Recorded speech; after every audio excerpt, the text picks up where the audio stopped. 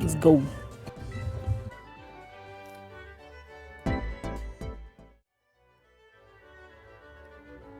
All right. Good afternoon, Foxtrots, and for those who are in the land of the very wholesome, lovable sheep demon, good evening. Welcome to Shrine Talk episode 9. And this episode's topic is going to be all about F14 Endwalker launch in particular. For those who don't want to be spoiled, don't worry, because this is Endwalker spoiler free. So, yep. All right. First things first. First thing I want to say is, last I checked, your channel, Ceelio, you just reached a milestone. Got 300 followers. I did? Yeah. I did? Wait, Yeah, I did? You did. What? Check it. There's time. Oh my god, wait, I did? And for those who haven't followed the Demon Sheep, Oh gosh, I did! Ah! yep, there you go. I did! Wow! Yay! I did it! Thank you everyone. Thank you for the support. Thank you so much. Yes, I didn't even know. I wasn't paying attention. our hardworking demon sheep has finally reached her milestone of 300 followers. Yeah! Yay! Alright. Yes. I just wanted to mention that before I proceed. Alright, so I'll just give a quick rundown of what's the goal for the talk for today. So, Endwalker is the culmination of a story arc that has been happening since 1.0, and we are going to explain why that is very important, or why Endwalker in particular is important for us F14 players. Next, we are going to briefly discuss our journey of F14 since when we first started playing. After that, we're going to mention, of course, the issues that came with the launch of Endwalker and how the developers dealt with it. And the last focal point is the ever ongoing battle of FF14 versus WoW. And we're gonna draw some comparisons. Some fair comparisons, mind you. Fair comparisons. Alright, so, with me today, of course, is Ceelio. I gave her a shout out on the chat, so if you haven't followed her, please kindly give her a follow. She does mostly single player games, but she's practically a variety streamer. F14 content she does now, especially since Endwalker has launched, but I know that she focuses mostly on like single player games like Sonic, Legend of Zelda, that kind of stuff. Okay. But for those who are still new, Ceelio, you wanna introduce yourself? Hello, my name is Ceelio. I am a Demon Sheep VTuber, and like Yoko said, I do stream a lot of single player content. I've been focusing like on a lot of different, I guess, retro games. It's so weird to call GameCube games retro now, but that's just what it is. Making me feel old here, Ceelio. So, I play a lot of like retro games, so games for like the Nintendo 64 and the GameCube. And yes, my two biggest like franchise interests are Sonic the Hedgehog and Legend of Zelda. I do dabble with a little bit of Final Fantasy. I love Final Fantasy a lot, but I don't play it a lot on stream. I play it off stream a lot.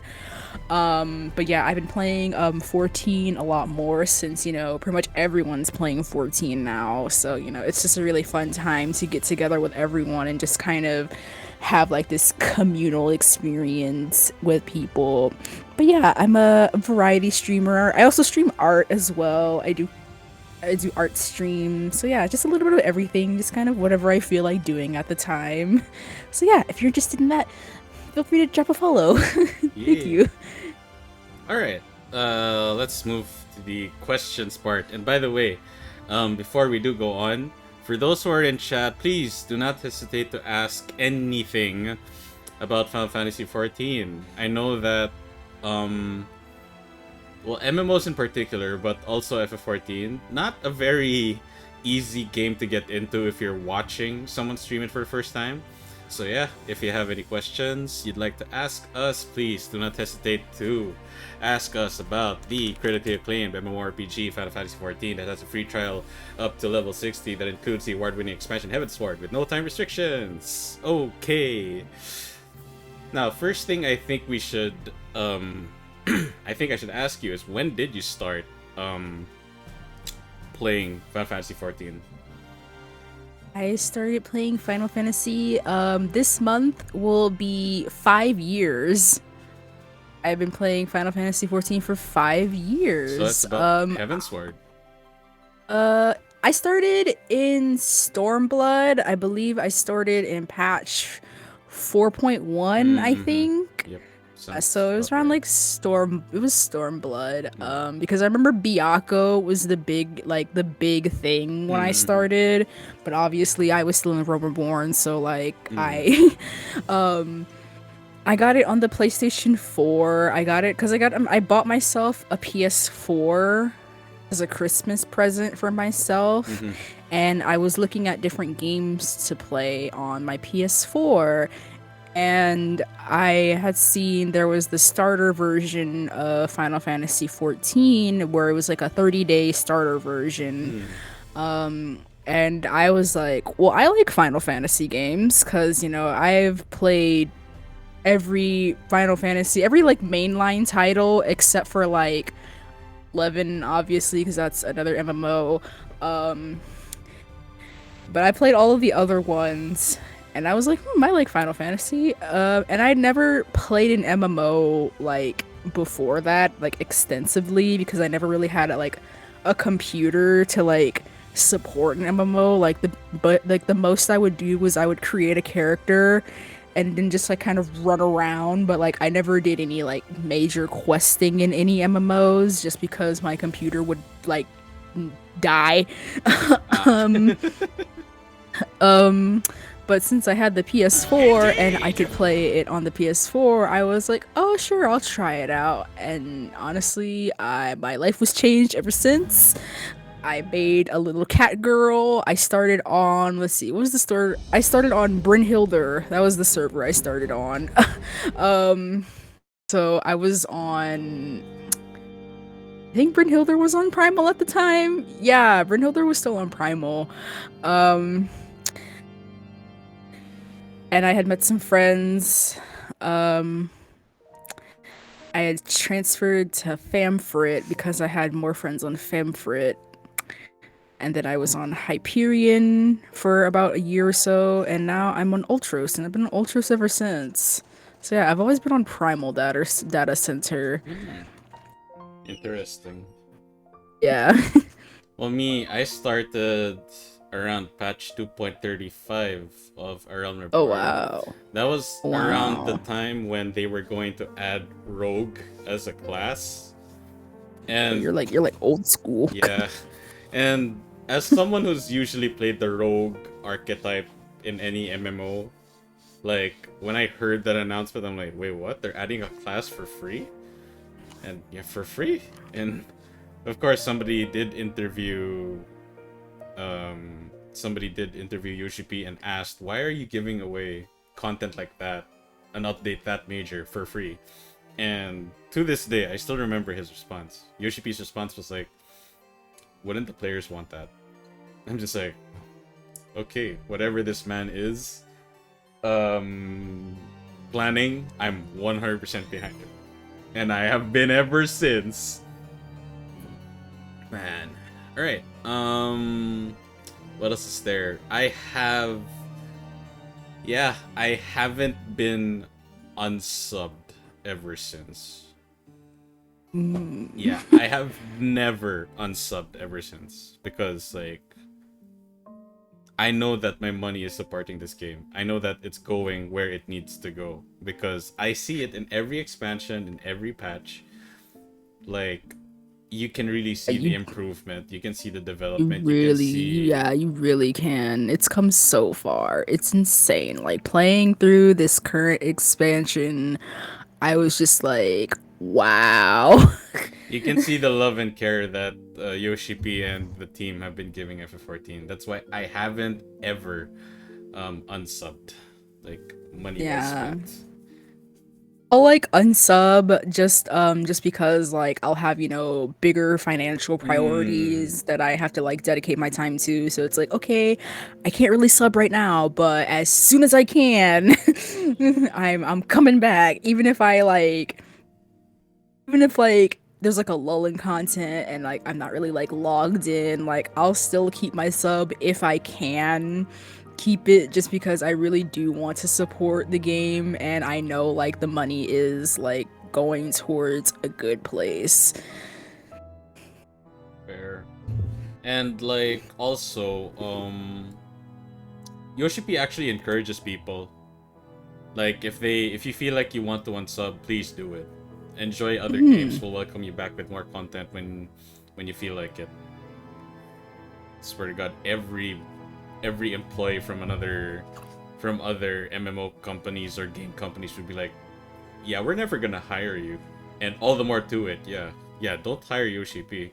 He clearly doesn't know what he's doing. Yeah, he should just stick to Hmm. FF14 clearly. All right. It's funny because like Mhm. there's so many games that are like trying to copy FF14's formula now. Yeah, which we are going to tackle later. Okay. Hmm. Next question. Favorite expansion before Endwalker? What's Think story wise, mm-hmm. Shadowbringers.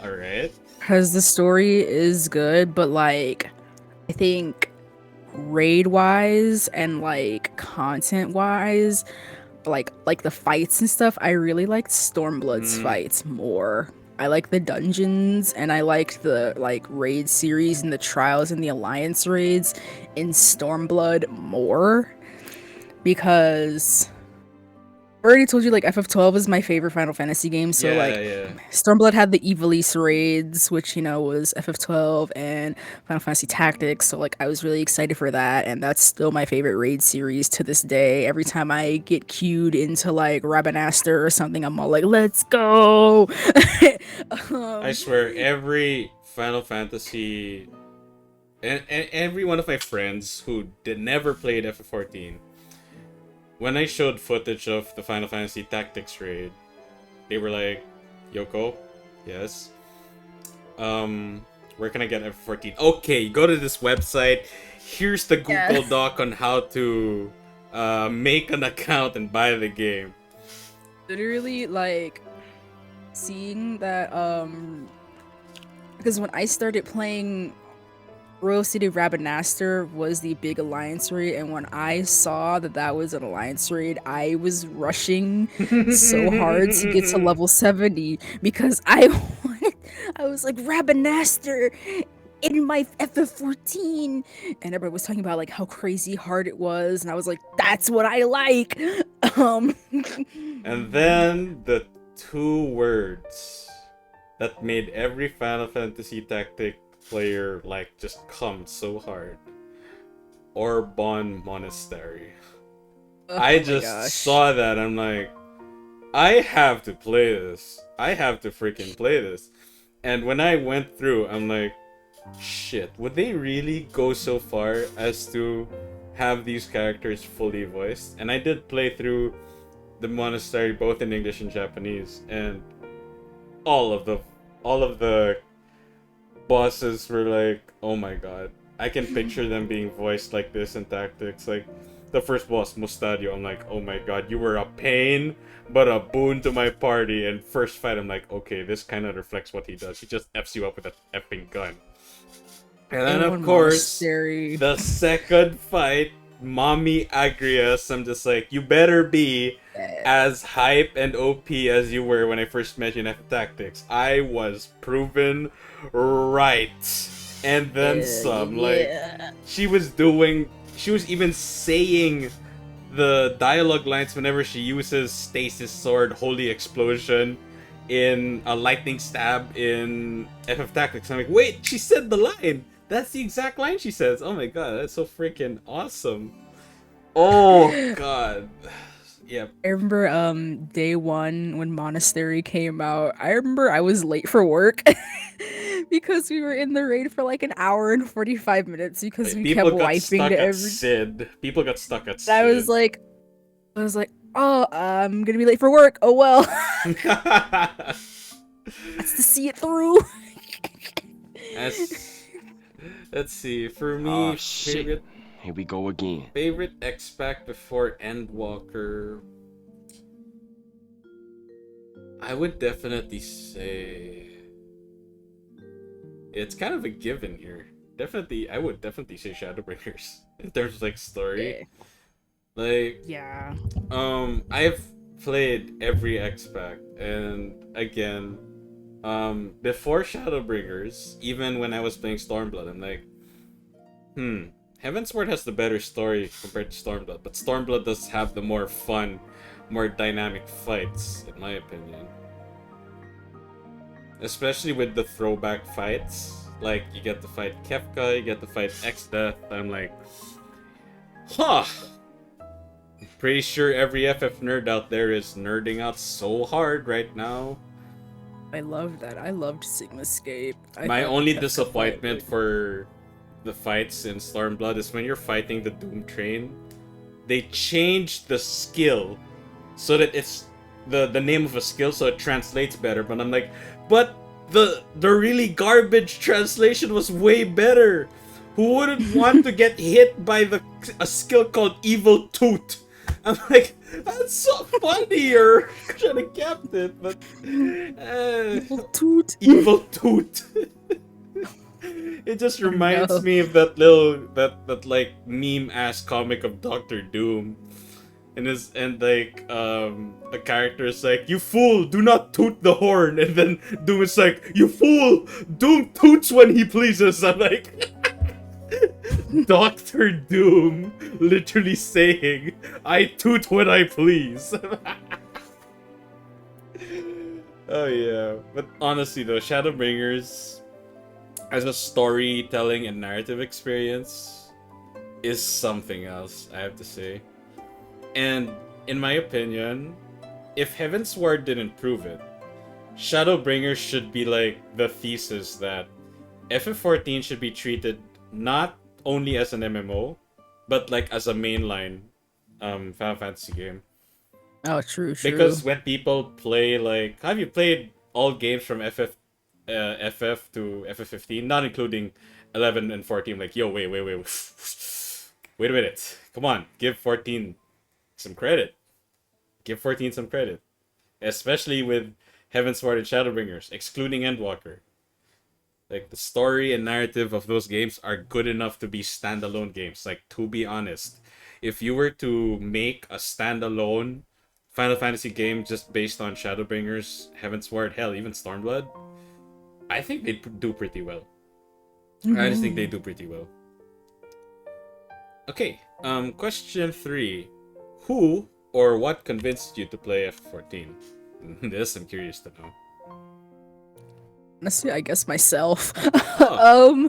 Cause I hadn't really heard of FF14 before. I mean, like I've heard of it and I knew it was an MMO, Mhm. but I had no like exposure to it before then because I didn't know anyone else who was playing it besides like me when I first started. And then when I started playing it, I told people that I was playing it, and then they were like, "Oh, me too. Oh, me too. Oh, me too. Oh, me too." And I'm like, "Dang, where the hell did y'all all come from?" Um, um, and I found out that like basically like half my friends had secretly been playing FF14 and I just never knew about it because I wasn't playing and I never brought it up because I never really knew anything about the game. And yeah, again, like I said earlier, I've always liked the Final Fantasy franchise, so like no one really had to convince me to play the game because I was like, it's a Final Fantasy game. I want to play it because I like Final Fantasy and I'm curious because I hadn't really played an MMO before then extensively, Mhm. and I just wanted to see what it was all about. And here you Yeah. are, knee deep in FF14. You're Ugh, like just about like every FF14 player. We are walking advertisements right now. I'm crawling now. I feel flat on my face. Let's see what convinced me to play. Okay. It's sort of like a series of events actually. At around 2013 or 2012. Let me check. What expansion um for World of Warcraft out by then? Um, was it? No, not MOP. I think it was Warlords of Draenor. Yeah, Warlords of Draenor, right? Um, I wanted to get into Warlords of Draenor, but not many of my friends were into that expansion yet. So we were just playing a private server of WoW Cataclysm. And at that time, a bunch of my friends who do not like the aesthetic of WoW were like, "Yo, Yoko, you want to try another MMO?" I'm like, I mean, sure, why not? Like, I'm not subscribed to retail WoW right now, so I may as well give another one a shot. And then they showed me FF14, and like the very simple-minded simp that I am, I just saw cat girls. I'm like, I'm in. Snaps fingers, like, okay, cat girls. Okay, you got me. I'm in. And of course, like, I first, so it was basically my friends and the circumstances of the MMO landscape at that time that convinced me to play FF14.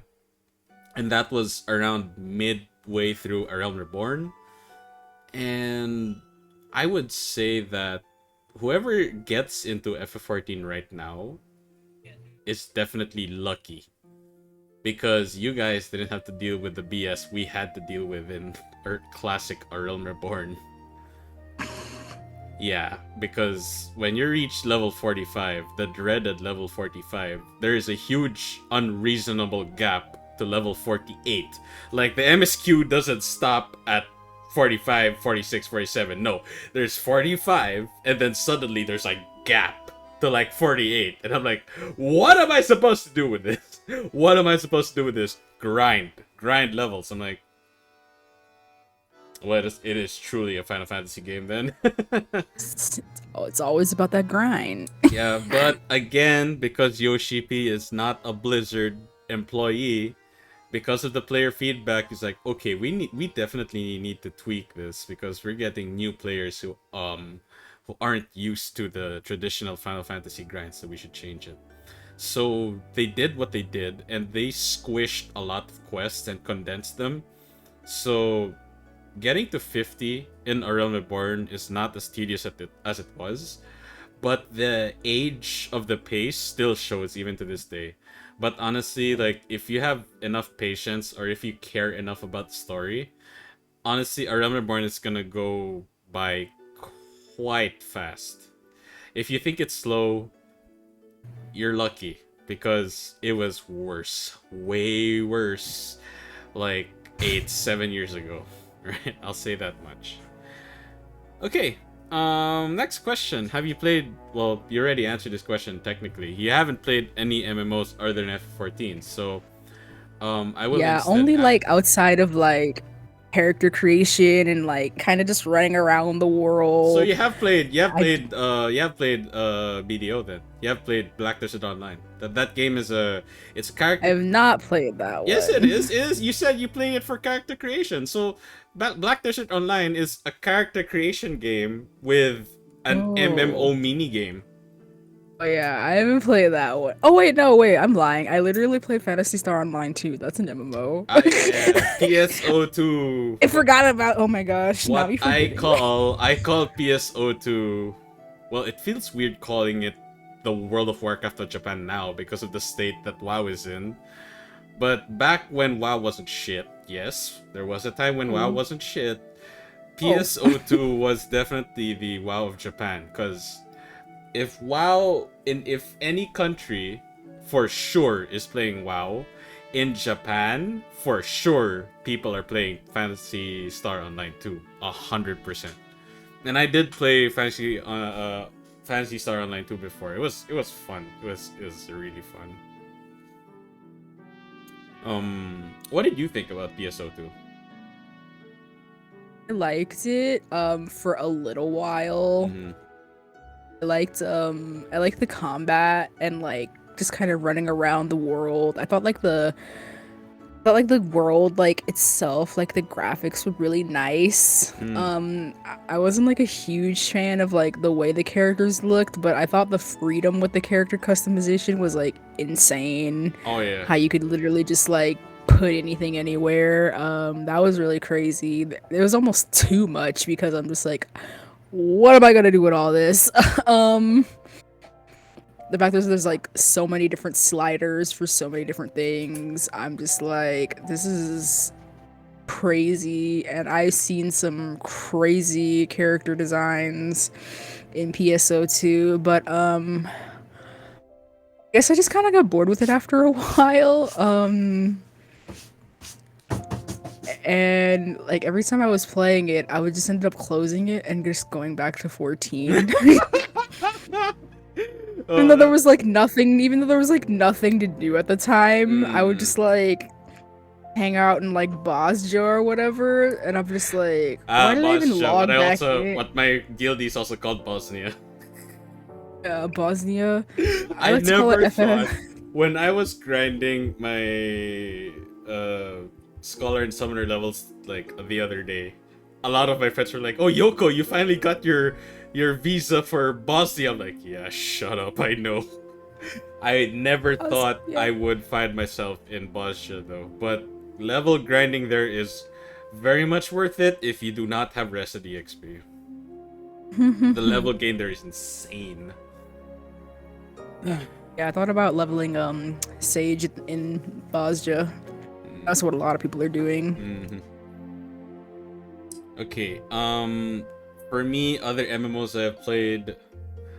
Let's see. As a Filipino gamer, I have definitely dabbled in Ragnarok Online. My God, that fucking game. Don't get me wrong. I love that game. I have so many good memories with Ragnarok Online. I love Ragnarok Online. But my God, that was my first exposure to like internet scumbags. For sure. Oh, I never got scammed, but boy, did I hear stories of people getting scammed. But I also saw the wholesome side of the internet, like people helping out each other to kill an MVP, or um, the teleportation services that people paid acolytes and priests for, and I just found it kind of funny. So this is what it feels like to be a member of the church, but with actual powers. For 10,000 Zenny, I will teleport you to a zone with buffs and everything. What does it cost me? Nothing, not much, because all it costs me is a very cheap reagent to teleport you and mana, because I cast buffs on you. That's pretty much it. If you die on the spot, that's not my problem. But man, Ragnarok Online was my first MMO.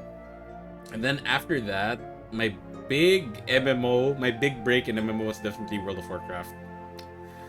And I can see, and it is the reason why to this day I still have, like, my respect for WoW has definitely diminished over the years, but I still have a modicum of respect for World of Warcraft. It is definitely what made PC MMORPGs like a thing. Not like they weren't a thing before, but you compare Ragnarok Online, Maple Story, Flife, those games, and then World of Warcraft. World of Warcraft set a new standard. Of course, not many people really were appealed by the pay-to-play service, because again, like, you know, paying a monthly subscription for a game, not everyone's cup of tea. But WoW was able to prove that people are willing to do this if you do your game right. And of course, that little formula I just said of people are willing to pay to play your game as long as you do it right, that is exactly the blueprint that Yoshi.P used when he sundered 1.0 to the ground and built Eorzea anew with the Realm Reborn 2.0.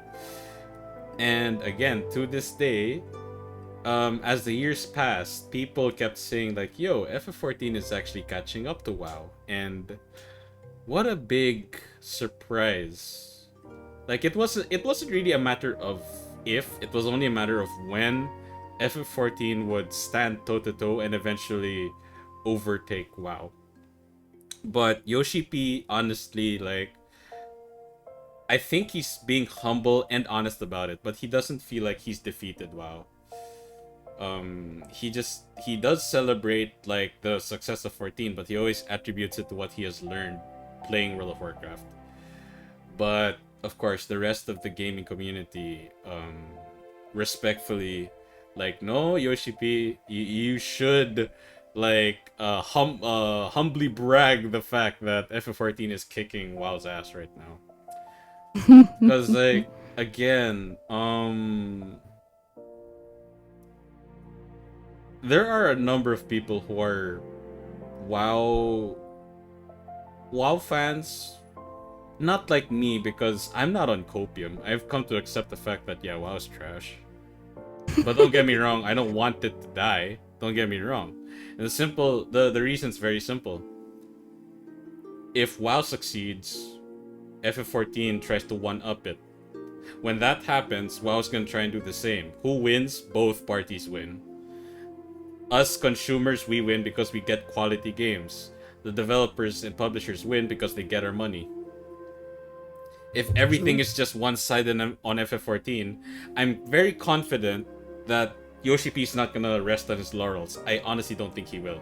He will always try to get better and better. But the scale of getting better and better, it's different when you're fighting against yourself and you're fighting against someone else who is much better than you. It's different. And that is what that's the state I am in towards World of Warcraft. Warcraft is trash, can't deny that, but I don't want it to die.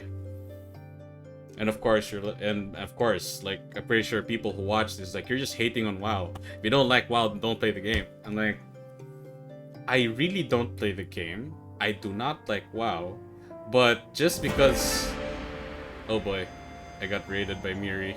Oh boy. Oh, hello Raiders. Hello, hello. Hello Raiders. Wait, I should make that alert box bigger.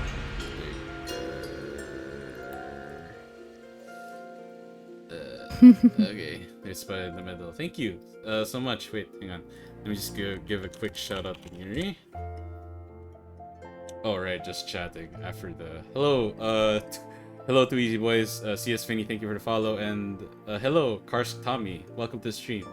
Well, for those who just came from Miri's stream, you guys are watching Shrine Talk episode 9. We are talking about F14. Endwalker, don't worry, it is spoiler free. We are avoiding Endwalker spoiler content. I'm here with Ceelio. Hello. She's my guest for this episode, and we're talking about we're just casually talking about F14. And the question that was asked was like, have you played MMOs other than F14? And basically I was saying that I have played WoW, and WoW is shit, and I wish it wasn't. And again, like, I just want those who play WoW till this day, do not take my words as discouragement, but rather, I want the developers to do better. Because they can and they have. And not because, like, if not out of respect for its player base, because honestly, I have given up hope that while developers respect their players, I have given up hope that they ever will. But if anything, maybe out of spite that FF14 is doing better, hopefully they fix their act.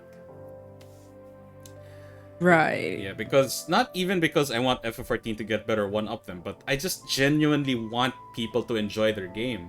even if I don't like it. Like in particular, I don't like Street Fighter 5, but I know people who do. Well, one of my closest friends, Chaos Cosmic Being, he loves playing Street Fighter 5, and I can't get into it because I don't like it. But I want Street Fighter 5 to get better so that people who play it enjoy it. And that's really my philosophy when it comes to games in general. I may not like a game that you play, but I always wish for the best for your game so that you enjoy it better. And hello, Base Hopper, thank you. Okay, Oh, Hopper. yes, and thank you for the follow, Karstami. Thank you. Um, all right, last question for the first part. FF14 Endwalker, what did you do leading up to the expansion? Oh gosh. Hmm. I did a lot of Bozja. I say a lot, but I literally only made one weapon, but it was so much making that one weapon that I can confidently say that I was in Bozja a lot. Hmm. What I really did the most is I was helping F finish with MSQ because he was kind of like just getting started with Shadowbringers, and we were just kind of like helping him like do all the content and stuff. And it was just it was really fun playing with someone who it was their first time like experiencing everything. It's just kind of cute seeing like new people's reactions to stuff. It's really like wholesome, and it kind of just makes me yearn for the day like when I first started Final Fantasy Hmm. on my little PS4, and I was just so amazed, just kind of like running around Gridania because I started as a Lancer, so I was in Gridania, and I was just like running around like, oh my gosh, the forest is so big and crazy, and whoa, I'm a cat girl, and whoa, and there are people everywhere, and this is so wild, and I wish I could like even though I was like an adult, there was this sense of like childlike Hmm. amazement playing F14 for the through a first time. realm.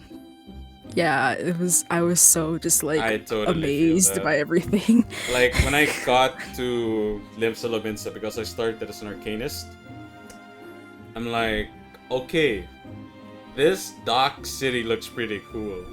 And then I go out to Lower Lanosia for the first time, like, oh, dick! That's huge! The field is so huge! And No, I'm just like, I see these classic monsters I've seen in Final Fantasy games before. I'm like, yo, it's pretty awesome. Just walking around with my little pet carbuncle. I'm like, oh my god, I love this game. And again, I was just a baby. I was just like a baby adventure cat girl as well. But man, you know, I recently checked the FF14 census. Catgirl is still leading in the population. Of, that's right. As it should. As it as it should. should, yeah. Catgirl supremacy. Catgirl Catgirl supremacy. supremacy. Alright. Let's see, what did I do leading up to Endwalker? Well, I raided Savage Content Tier 1 and Tier 2 of Shadowbringers. That's Edenscape 1 to 4, then 5 to 8. But for 9 to 12, I was planning on just pugging it and not really joining a static. But my friend who did form a static lost 2 members due to scheduling issues. And she was like, uh, not really desperate, but she really wanted my help because she said, like, you're one of the most skilled melee DPS I know, and we need a melee DPS. And I'm like, oh, being part of a static again? I'm not sure if I'm ready. And she reassured me that, dude, don't you worry, we are very casual static. I'm like, okay, I trust you. Fine, I'll give it a shot. I joined, and uh, we did clear the final wing of the Shadowbringers raid. After that, I just went on a G posing spree. I know that's After right. if there's one thing I definitely credit FF14 for, it's unlocking. Like, I feel like an anime protagonist right now. Unlocking a skill or power I didn't even know I had. I did not know that I had this desire to like take really good video game photos. But when I first had G-pose without even G-shade on, I was like, this game is pretty photogenic. If you know how to frame stuff and how to position your character in some ways or other things, I'm like, you can make some really good photos with this. And as years passed, like, I just got better and learned more. And then when I felt like I don't think I'm gonna improve anymore, I stumbled upon the Fashionista FF14 group, and I'm like, whoa, I thought I was good. Wow, they make my best stuff look like shit. And I'm like, I have to join this community. I have to learn from the pros.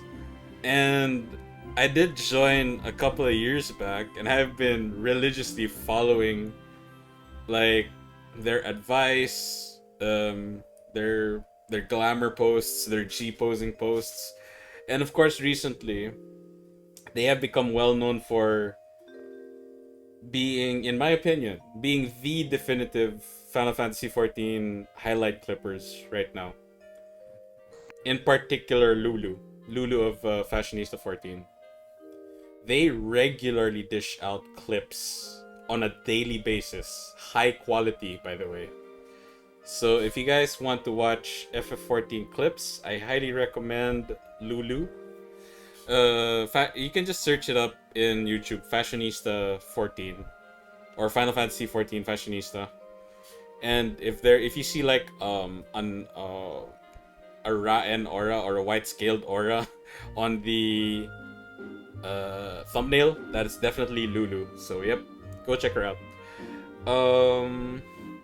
Let's see. Other than raids and G posing, Spree, what I definitely did was I watched people who were just getting into F14 for the first time. So this was when Asmongold made the big migration, and from that it was a domino effect eventually. Because it is well known that although he is still in character when he shits on FF14, a lot of his takes are actually pretty good and pretty honest. And they're pretty fair even. He said like the reason why he didn't want to play FF14 because the aesthetic wasn't his thing. And of course, some people might react immediately and violently. How can you not like FF14? It looks so fucking good! Big Mama Milkers and Cat Girls! I'm like, okay. I get the enthusiasm, guys, but think of it this way. There are games that you don't play, no matter how good they are, no matter how much praise it gets for your own reason. Like, people don't play Dragon Quest because it looks too much like Dragon Ball. People don't play World of Warcraft because it looks very dated. People don't like playing Final Fantasy XIV because it looks so anime. People don't like playing Tekken because it's not as it's too quote unquote realistic. It's not as fantastic compared to Street Fighter and Guilty Gear, and that's totally fair. And people also don't play Street Fighter Guilty Gear because they think that it's not as realistic as Tekken, and they prefer realistic aesthetic, and that's totally fair. And that is basically Asmongold's take. It's just, the curse of being a really big content creator. You say one small, minute thing, it will be taken out of proportion. Like, no one's gonna give a crap if someone, like a small VTuber like me, just says, yeah, I like pineapple on pizza. Yeah, no one's gonna give a fuck. But if someone like, I don't know, Ceelio, who's your favorite, like, big content creator?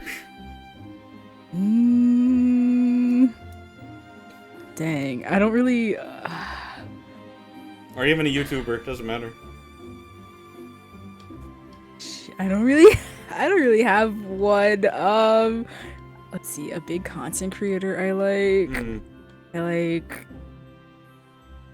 I like a lot of drama channels and stuff. Okay, if one of those channels like had like a skit and then someone there said, "Yeah, pineapples don't go on pizza," that would cause a riot on social media because they're big.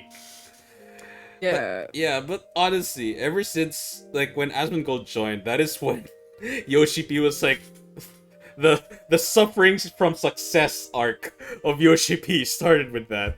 Because when Asmongold gave FF14 his seal of approval, a lot of WoW players were like, shit, if the most loyal of us can entertain the idea of playing FF14, we should give it a shot. And they did. And let's see. Rich Campbell moved. Pyromancer moved. And Fuchsia moved. Like, some of the hardcore raid groups, Mythic Dungeon and Mythic raid groups of WoW moved to FF14 and they stream regularly. And I'm just like, this is unprecedented. What the hell? And ever since then, like, we've been receiving a lot of new players, and again, we are still in the arc of Yoshi.P suffering from success because he cannot. He's trying to get more servers so that every server has increased capacity so that people don't suffer from long queue times. Yeah.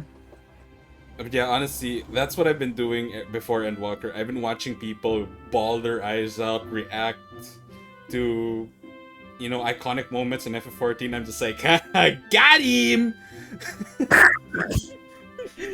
Oh gosh. Like whenever, like one of the funniest reactions I saw was in Heavensward when, in particular, Pyromancer. Like, Pyromancer is one of my favorite streamers to watch for F14. And just for context, when he first started F14, the wall next to him was nothing but WoW merch. A good few weeks later, it was nothing but Final Fantasy merch. I'm just like, God. got him, but oof. Got him. Got him good. Another one. Yeah, and another one. But yeah, this was when Hosherfant died, and he was like, Sacre bleu! You feel our pain. Yo. Bro Sherfant was such a big bro, and that scene crushed a lot of players. And then, when Isael also sacrificed herself, he's like, why does everyone I like and make emotes for die? And yeah, he did make an emote of Isael for his channel, and then soon after, the Heavensward plot happened and she died. I'm like, oh, that sucks. But yeah, leading up to Endwalker, what I did was build up hype by watching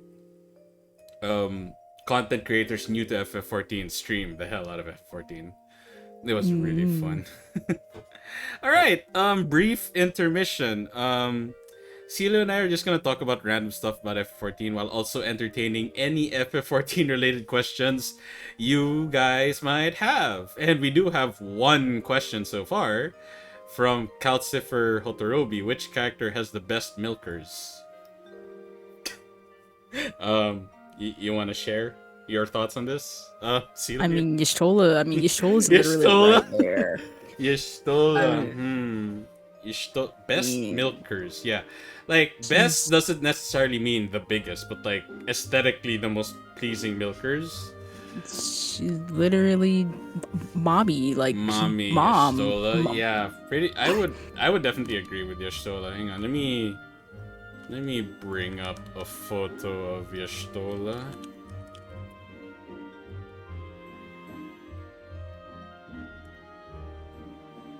Let's see. Okay. Alright, I have her Shadowbringer iteration, which is when she really did get the big mommy vibes. Like, Yeah. I feel for Heavensward and Starblood, she's just like that really hot older sister, but Shadowbringers onward, she's like, yes mom, sorry mom. Like, big mom vibes. Yes. Alright. Okay, I have a full screen image. I'm gonna show it for everyone to see. There it is. Yeah. And there you go. There, that is Y'shtola. Oh, there she is. Yep. there's Y'shtola. Yep, yep. She is Yes, a ma'am. Seeker of the Sun Mikote. For those who don't know what I just said, Mikote is basically the cat race. Seeker of the Sun is the sub-race or the tribe. And the key giveaway for Seeker of the Sun is the tattoo, or the marks on their face, as well as their eyes. Seekers of the Sun have very cat-like eyes, while Keepers of the Moon have more humanoid eyes. But yeah, aesthetically, yeah, I would say best milkers for sure. Yeah, I'd say Y'shtola. I'd agree. Yeah. I agree with this for Y'shtola. I mean, Minfilia had pretty big milkers too. They're pretty big. Minfilia and her Minfilias. I'll never forget that. Yeah. Minfilia and her Minfilias. Never forget Def- it. Man. Did you cap like all of your classes to max, or Oh, definitely not. definitely not? Nar. Like, I don't really play a whole lot of like melee DPS or anything like that, so I definitely was not going to be leveling any of that. I stopped playing Dragoon like halfway through Stormblood because I just kind of didn't want to play a melee DPS anymore, and I switched to Red Mage. So I had that maxed out, and then when Shadowbringers came out, I switched to Dancer. Then I started leveling tank. I started playing Dark Knight because, I just wanted something different other than the DPS life.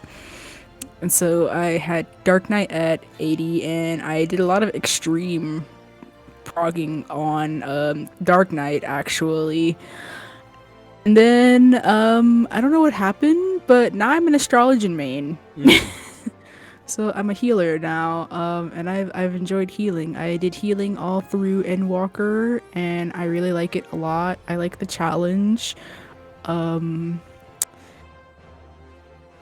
kind of interested in leveling Sage, but the only problem is that a lot of the buttons on Sage look the same to me. Also the names, man. The names. A lot of the names are like I really. cast Ukraine on my tank. What? Ukrasia. I'm like, I don't know. Okay. I'm like, okay, I kept mixing up prognosis and dosis. Diagnosis, prognosis, thrombosis, Yeah, scoliosis. Yeah, like, I was so confused. Like, I made the mistake of queuing for a trial roulette my first time on stage. I was so humiliated. I was so embarrassed. Yeah, generally they were when like, why isn't the other healer healing? I'm like, because I don't know what any of my buttons are. well, Endwalker, when Endwalker launched, a lot of my guildies were like, I don't think Sage is crap. I just think we're all shit at Sage because we don't know what the fuck we're doing. I mean, I just saw the spells and the tooltips. I'm like, do I need a bachelor's degree in medical practice to understand Literally, I this was like, BS? I was like, I'm gonna read the tooltips. I know what to do. I'm reading the tooltips. I'm studying the tooltips. I know. I was like, I'm gonna put all my AoE heals on one hotbar, my single target heals on another hotbar. And then as soon as I got into the trial, I was like, yep, I forgot everything. I don't know what nothing means anymore. And then they were like, so are you gonna heal us? And I was like, yeah, give me a second. Man, solely with the flex. Couldn't relate. I know what I'm doing. I was literally like crying and throwing up. Solely, all you do is get angry and whack people with your axe. Your job is not that hard. I'm just kidding. Don't get me wrong. I have tried tanking in... I did try tanking so far in Endwalker, and I did cap my warrior to level 90. I'll kill you right now. I'll kill you right now, Yoko. Solely, you have... I look forward to meeting you in Guilty Gear. Like, I know you're gonna kill me in Guilty Gear. No cap. The warrior sure. of Final Fantasy XIV. Yes. But yeah, like, honestly, I feel like Endwalker in particular is like healer savage for now. Oh my god. Okay, but like It's not whoever easy introduced healing people in Endwalker. I whoever don't know why. whoever introduced that quadruple stack thing, I'm like, you're going to hell for that. I was like, you're disgusting. Like when I first saw that, I was like, you're going to hell. Why would you do? I'm like, no, it's a quintuple stack. It's a 5 stack. I'm like, you're going. I'm like, go to hell. I'm like, why did you introduce? I'm like, you're sick. You're sick. You're sick and you're insane.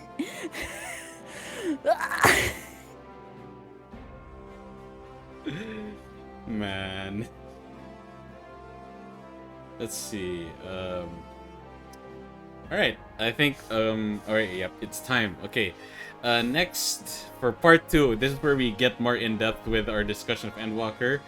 But again, let me reassure those in the chat, we are avoiding Endwalker spoilers. Although we will be discussing a bit about Endwalker and its launch. But don't worry, it's going to be spoiler free. Alright, so first question. Endwalker is advertised as the end of an arc or a saga. So how did Yoshi.P and Code deliver that? Well, they told us like at the very beginning that it was going to be the last like story of the like Highland versus Zodiac arc. And they like constantly were like warning us about, you know, how this is going to be the end of this major arc, but they never said it was going to be the end of Final Fantasy 14 because a lot of people Definitely thought not.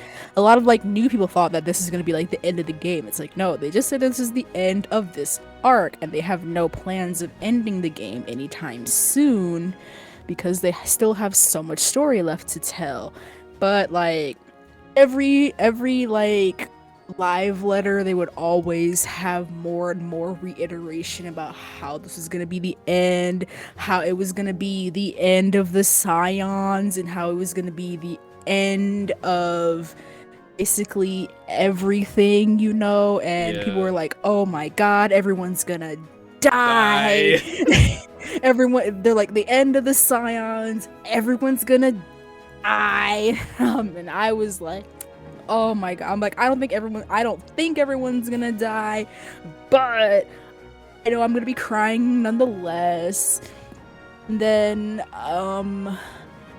this isn't really, I guess, this isn't really a spoiler, but in MSQ they do constantly kind of have you reminiscing about like the past and how far you've come. Yeah. And it really does make it feel like this is it, bitch. Like this is it. Like Everything you've done till now has culminated to what you're about to experience, basically. Like it just makes you think like, wow, all those little boring fetch quests that I did in A Realm Reborn, it led up to this point. like when I was like falling asleep at my PlayStation 4, like dang, I like it was leading up to this point, and it's just crazy seeing how everything, no matter how small or insignificant it felt, how everything just kind of tied together.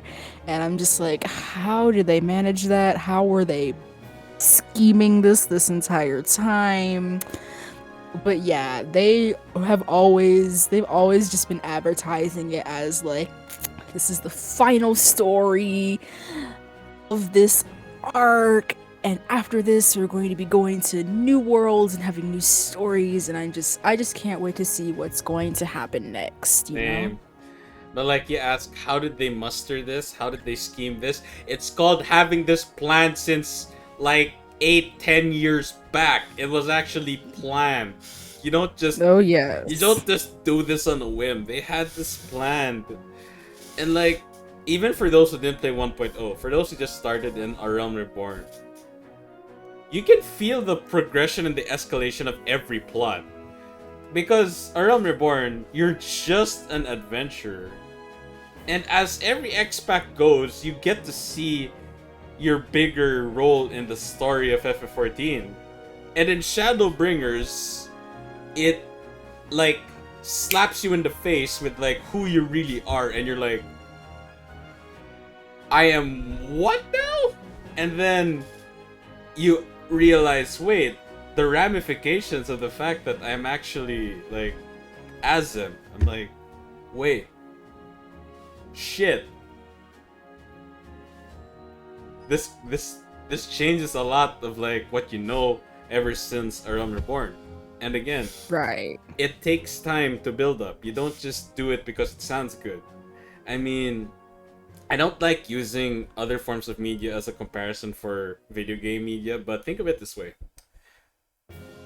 If you were to watch Avengers Endgame on its own, it might still be a good movie, but you're missing pieces and the subtle hints and references for the context that it just flies over your head, and you don't get to appreciate. Like, again, for that scene when Captain America actually wields Mjolnir, the reason why people lost their shit was because uh during the war with Ultron, it was teased that Captain America could not lift Mjolnir, but he made it move a bit. So, of course, fans were like, whoa, wait. No one could move that hammer other than Thor, but Captain America made it nudge a bit. That's something. And then in Endgame, people who notice that are rewarded with that scene. That's why it feels so important.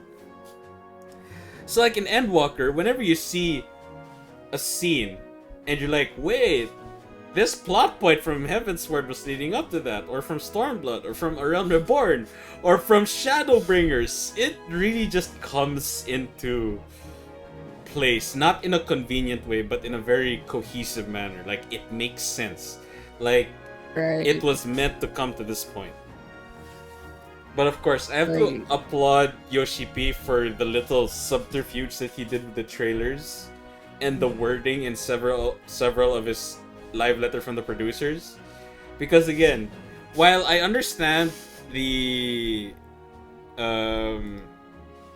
shock that players had, and I'm just like, I rewatched the trailers, I'm like, oh, I see. The way they worded it, I'm like, they weren't exactly lying, but they wanted us to think in a different way so as not to spoil the story. I'm just like, oh my god. And anyway, next question, and we will be watching a clip for this.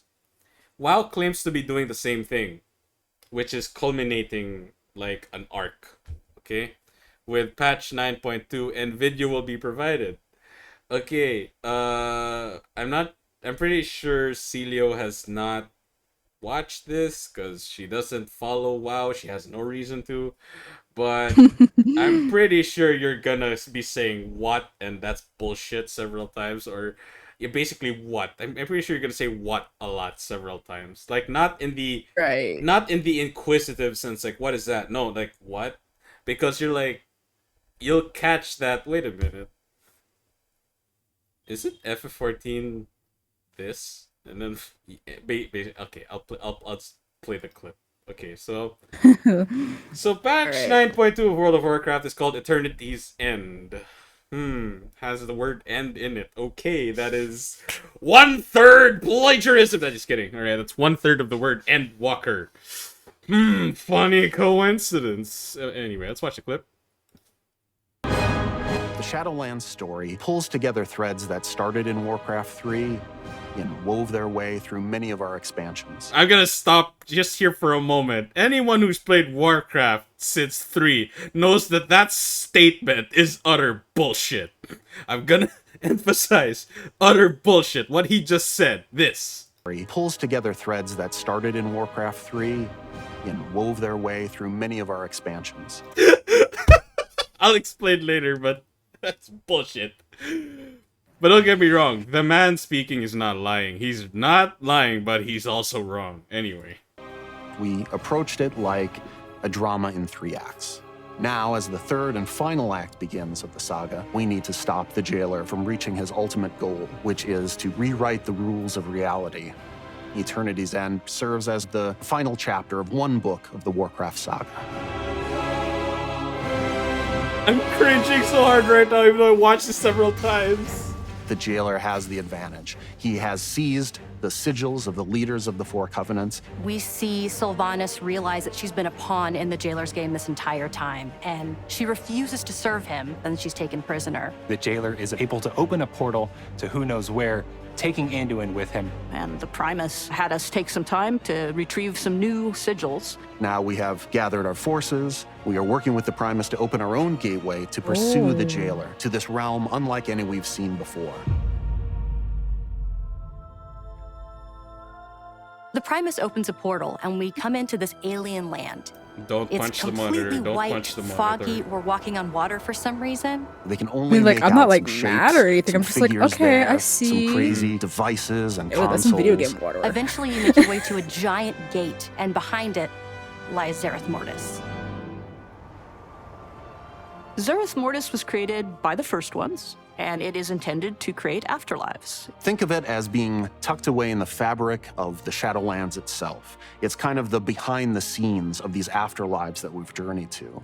It's the land where the progenitors, the first ones who created all of the realms of the Shadowlands, this is their workshop. They've created everything we've experienced in Azeroth and Shadowlands Oh, and even realms we haven't discovered yet. Wow. These first ones built the universe, as far as we know, but their intentions or methods are completely unknown. But of course, the jailer's presence here is disrupting this process. And we're working to push back against the jailer's forces and protect this place. I think the artists have done a fantastic job. And I know they did a lot of research, and they looked at a lot of real-life examples of very strange places in the real world. As a team, we were really trying to make this Yes. place as alien as possible. So we really wanted to make everything feel completely unique and completely different. Our trees here are floating. We have stones that are floating. We even have the... Sorry, I have to stop here real quick. Stones that are floating. Trees that are floating. Gee, I don't know. I remember this really nice zone in World of Warcraft Wrath of the Lich King called Nagrand. Or Nagrand.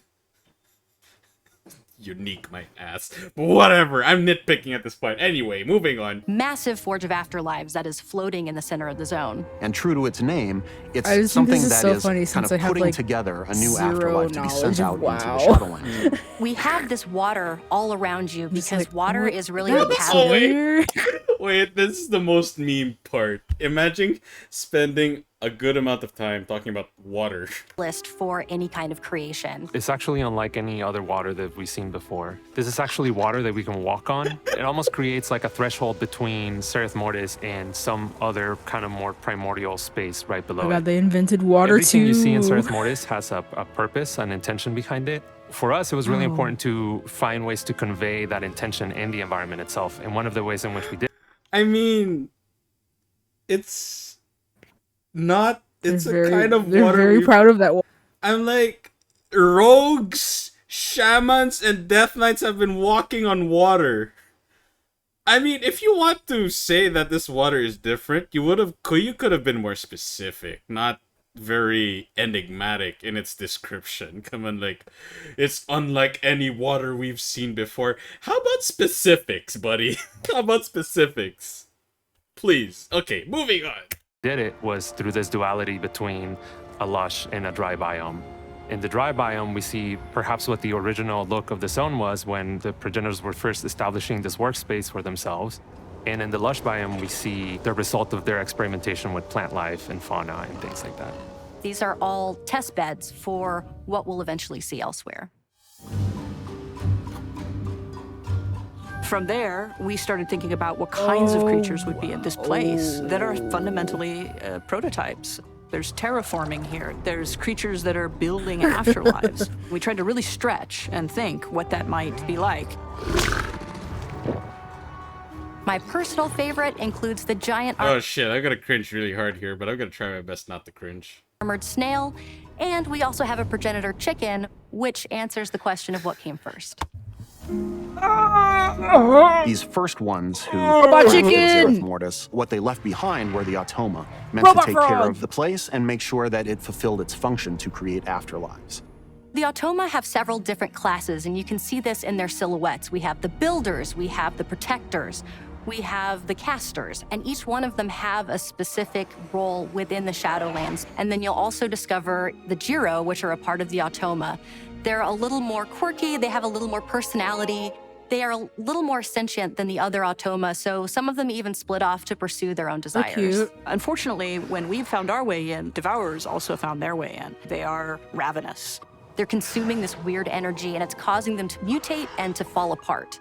And the Automa, where they are confronted by them, some of them are fighting them off. And so it's going to take some time for them to understand that we're here trying to help them drive out this threat. All right, I'm gonna stop here for a moment because I need to ask Ceelio a bunch of questions. All right, and I also need to add some context for those who haven't watched that before. So,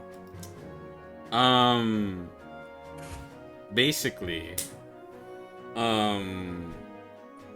so because the writing team likes to be very enigmatic in their wording, all they have said here is that we have to stop this big bad guy who is essentially a ripoff of Thanos without the proper writing care, and we have to stop him from rewriting the rules of reality. And I'm just like, what the F does that mean? What the F does rewriting the rules of history mean? And not once did they at least explain that. Because like I'm not against having enigmatic villains, but that kind of vague wording just doesn't work anymore. If like even in movies, animes, villains have a clear-cut objective that you understand. Like, let's look at FF14, for example. Emmett Selk. Other than people simping because he's hot, the reason why he's very attractive as a villain is because you know what he's going to do. Why is he doing everything he's doing? So that he can reunite all of the shards of the source so that everyone is back to what they were before. See? In a sense, you could word it as he is reshaping reality, because that is actually what he is doing. But not in the vague sense of, I'm just reshaping reality. What the F does that mean?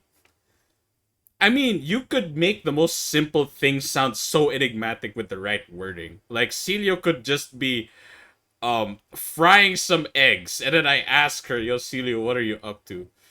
Oh, I am changing matter from one form to another. You're frying eggs. Oh my god. But honestly, like, other than that, sorry, nitpicking here. Sorry. But yeah, like, WoW claims that they are also ending a chapter in their book. Now, the reason why I want to ask Ceelio this, because she doesn't know WoW. She only knows FF14. And I just want to ask you, Ceelio, just from that short clip of like what they showed you, do you see them as borrowing a bit from FF14 or just trying to chase FF14? Or is it really their unique, like, no, we really are ending a book? It did feel very familiar. Okay, I so was I'm like, not crazy. oh, I mean, could go on. I've heard a lot of this before. Yeah, I was just like, wow, that's really interesting that you have that idea. Oh wow, where have I heard that before? And yeah, it just kept getting like worse and worse. I was just like, oh really? Oh really? Oh wow. I was like, oh, that's really interesting. And here's the thing, it's not like WoW can't do it. But like, if you've played WoW, not even Warcraft 3, if you've played WoW, there has not once been any hint about the jailer, the big Thanos bald guy. No hint. Not a single hint. Or like any mention of Zodiac, for example, was mentioned in A Realm Reborn. That's the reason why the Asians are practically the constant bad ever since A Realm Reborn. Yeah. Because they are the focal point. Like, every conflict that they've added, every conflict that they've done, it serves a purpose, and the purpose is clear. They want to summon Zodiac again. But it's been like they constantly remind you because they don't think you're an idiot. Like, okay, what are these Asians doing? They are reshaping the rules of reality. Dude, just tell me what the F they're doing. Like, I know they are bad. You don't have to try and sound mysterious that they are bad. I know they are bad, but can you, like, tell me? They're just trying to resummon Zodiac. Okay, why? Why is Zodiac so important to them? Oh, because Zodiac was summoned in, during the Unsundered World so that it will save them from a calamity. Oh, okay, understand. See?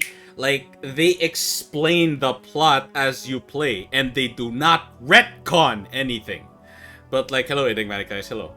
But, like, there are so many plot points in WoW that they just straight up retcon. And here's the bad part. Here's the really bad part. If Ceelio played Warcraft 3,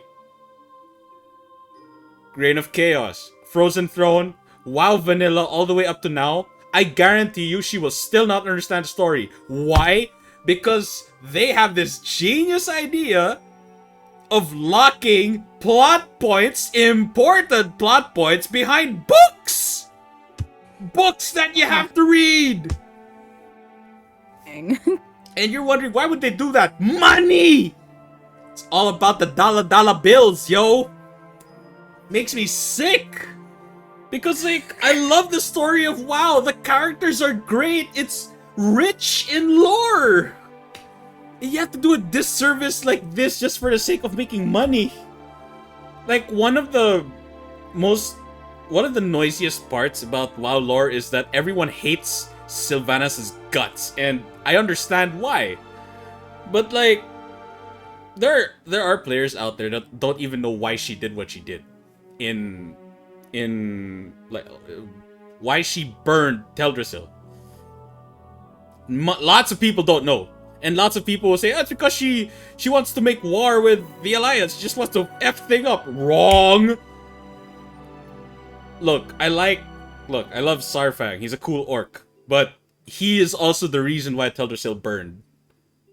I'm pretty sure, like, if somebody like who plays WoW and has any respect for the lore, did some research, probably knows what I mean by this. Because look, Sylvanas' goal was never to burn Teldrassil. Her goal was literally, as she worded it, not verbatim because I can't remember exactly, but she just wanted to drive a stake into the Alliance. She just wanted to, like, prove a point to the Alliance. Her plan was to kill Malfurion. Kill a person. That was her first goal. Now, Sarfang, honoring traditional combat and whatnot, not knowing how crazy Sylvanas is, but not unreasonable, decides to let Malfurion go. So, now that plan A is done, what is plan B? I'm gonna burn the fucking world. I'm gonna burn Teldrassil. And, like any Fallout or Telltale game, everybody disapproved of that shit. And I'm just like... See, like, when I first saw that, I didn't even read the book yet. But I'm like, there has to be a good reason why she did this. I did research! You can research this, people. You can research this. It takes a few minutes. But I understand that some of you don't have the patience to do it. But anyway. The reason why she did that was because, again, objective number 1, kill Malfurion. Oh, we failed. Plan B, burn the tree. Innocent of Night Elves, dead. And then conveniently, like, suddenly, oh, it's so that the jailer could do this and do that. I'm like, everything falls into place for this guy, huh? Very conveniently. I am not convinced. Like, everything that has happened in Endwalker doesn't fall in out of convenience, in my opinion. It just makes sense. And you know, FF14 does this thing in every expansion where whatever happened in the previous ones, you will see its relevance in the current expansion. Right. Like in Stormblood, when you're doing the new raids in Omega, and you're wondering, wait, why is Midgard Summer relevant? Again. And then the game explains it, and then anyone who is a Final Fantasy nerd will know that, oh, wait a minute, they're referring to, I forgot which title, but one of the previous titles, there's like a relationship between Omega and Midgard Summer, and I'm just like, huh. Yeah, that's definitely not retcon. Like, not out of convenience. Like, Right. but here's the thing, here's the tricky part. When the guy said that we are concluding like a saga, a book, he isn't lying. Because that really is the end of what the original vision of Warcraft is. But here's the thing. The ones who originally wrote Warcraft are not working for Blizzard anymore. They've made their own companies, they've split. And so it's up to them now to make a new story arc that will make people give a shit. The thing is, us FF14 players don't have to worry about that because Yoshi.P is in charge. And he oversaw A Realm Reborn, every X-Pack to date, the chief writers are still there, and I have the utmost confidence that they'll still make us give a shit about the plot. Hands down. But like, honestly, I think for this question, like, I would definitely think that WoW was just trying to chase a trend. Like, their biggest competitor is claiming that they are ending a story arc, and they just want to say, me too, us too. We're ending a saga. And here's the curious part, Ceelio. I don't even know what to call the Warcraft saga that they're ending. That's how uncoherent it is. If you can't even call it, what saga do you call it? You can't.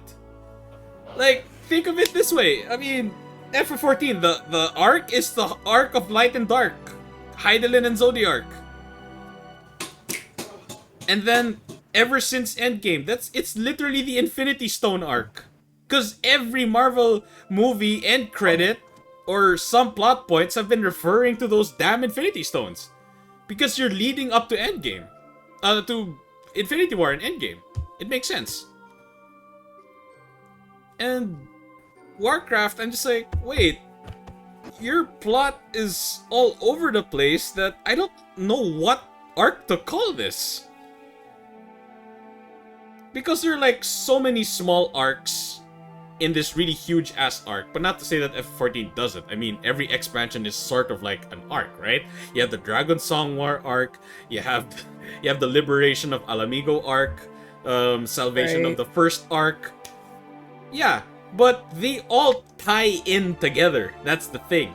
But in my opinion, the small arcs of Warcraft feel like tiny islands that have no relationship with each other.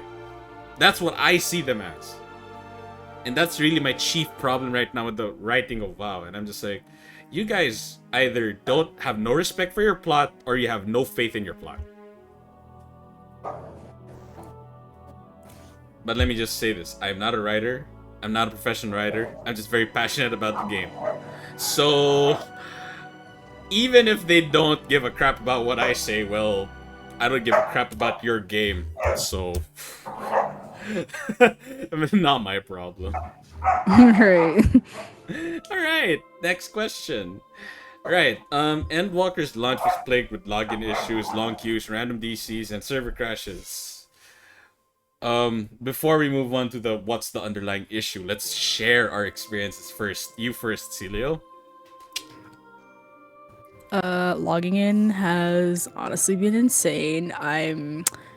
It's so much worse than Shadowbringers. I'm actually surprised that a week later we're still having queues within the several thousands. And it takes me about 2.5 to maybe 3 hours to log in every day, depending on when I log in. If I log in at peak hours, then yeah, it's gonna take around 2.5 to 3 hours for me to log in. But if I play like around at nighttime, usually it'll take me maybe about 30 to 45 minutes to log in. So I try to only play like late at night now. Yeah, it's insane. Like, I don't remember Shadowbringers being nearly this bad. It was bad like the first couple of days, and then it settled down. But Endwalker has just been insane. And I get it's because there's just so many more people playing now. So I expected this, but at the same time, I It's a still bummer. did not. It's still a bummer. Can't Yeah, deny it's still that. a bummer. Like, I'm not gonna deny, like, I love F14, but any flaws I see, I will openly say it. But yeah, honestly, same goes for us here in the Asia servers. Especially when you're in the most populated server, and I don't know, it's kind of a bit of a pride for our server. We have an error unique to our server, man. We have an error unique to our server because we're just that crowded. Yeah, Thornberry being the most crowded server in FF14 does have a unique server problem. And the worst experience I've had outside of the queues was on day one. Yeah, day one. I was in the middle of a DR, and suddenly FC chat was dead. And I checked Discord, and the news was out that Thornberry server itself just crashed. Like, Oh god. a meteor just hit the server, and everyone got booted out. Thankfully, it's not like people couldn't log in, but because everyone got logged out, now everyone's trying to log back in. Now, thankfully, while that happened, I don't know what they did, but they made it work again as long as you could get in. And this is the current issue that's plaguing Endwalker's launch. Once you get in, you should be good. Getting in is the tough part, because Yeah. if you're in a short queue, you don't have to worry about getting in. Like, in my opinion, a short queue is any queue that's lower than like 500. Yeah. Because that will go down pretty fast. Faster than you think. But when you're in like the upper 2000s or 3000s, even if that number gets lower and lower, there is still a small chance like in the middle of the queue you're just, nope, kicked. And that's just the server being like, COVID, wait, I need to inject myself with the vaccine.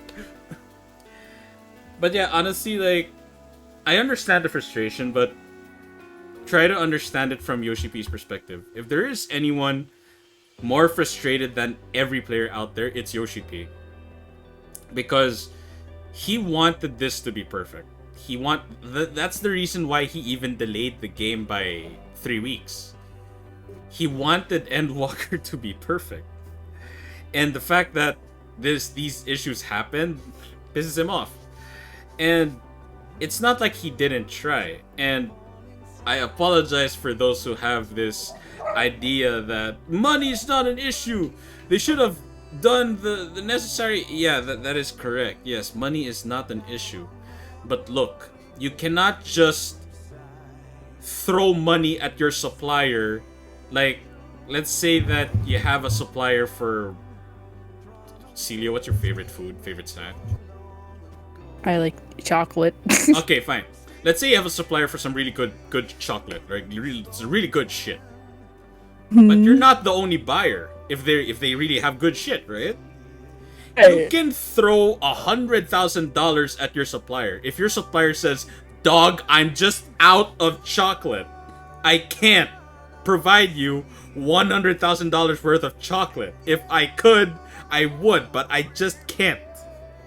That is, in my opinion, that is the underlying issue right now. Yoshi.P has the money and is even willing to go above market standard price for the parts that they need to make higher capacity servers. But they just can't because supply is short. And you have to understand, how is supply short? You do realize that games are not the only thing that run on technology, right? Electricity runs on technology, hospitals run on technology, airports run on technology. Basically, things more important than video games, yes, they do exist, things more important than video games run on technology. We can't really blame Yoshi.P for not trying hard enough, because I honestly think he is trying so hard.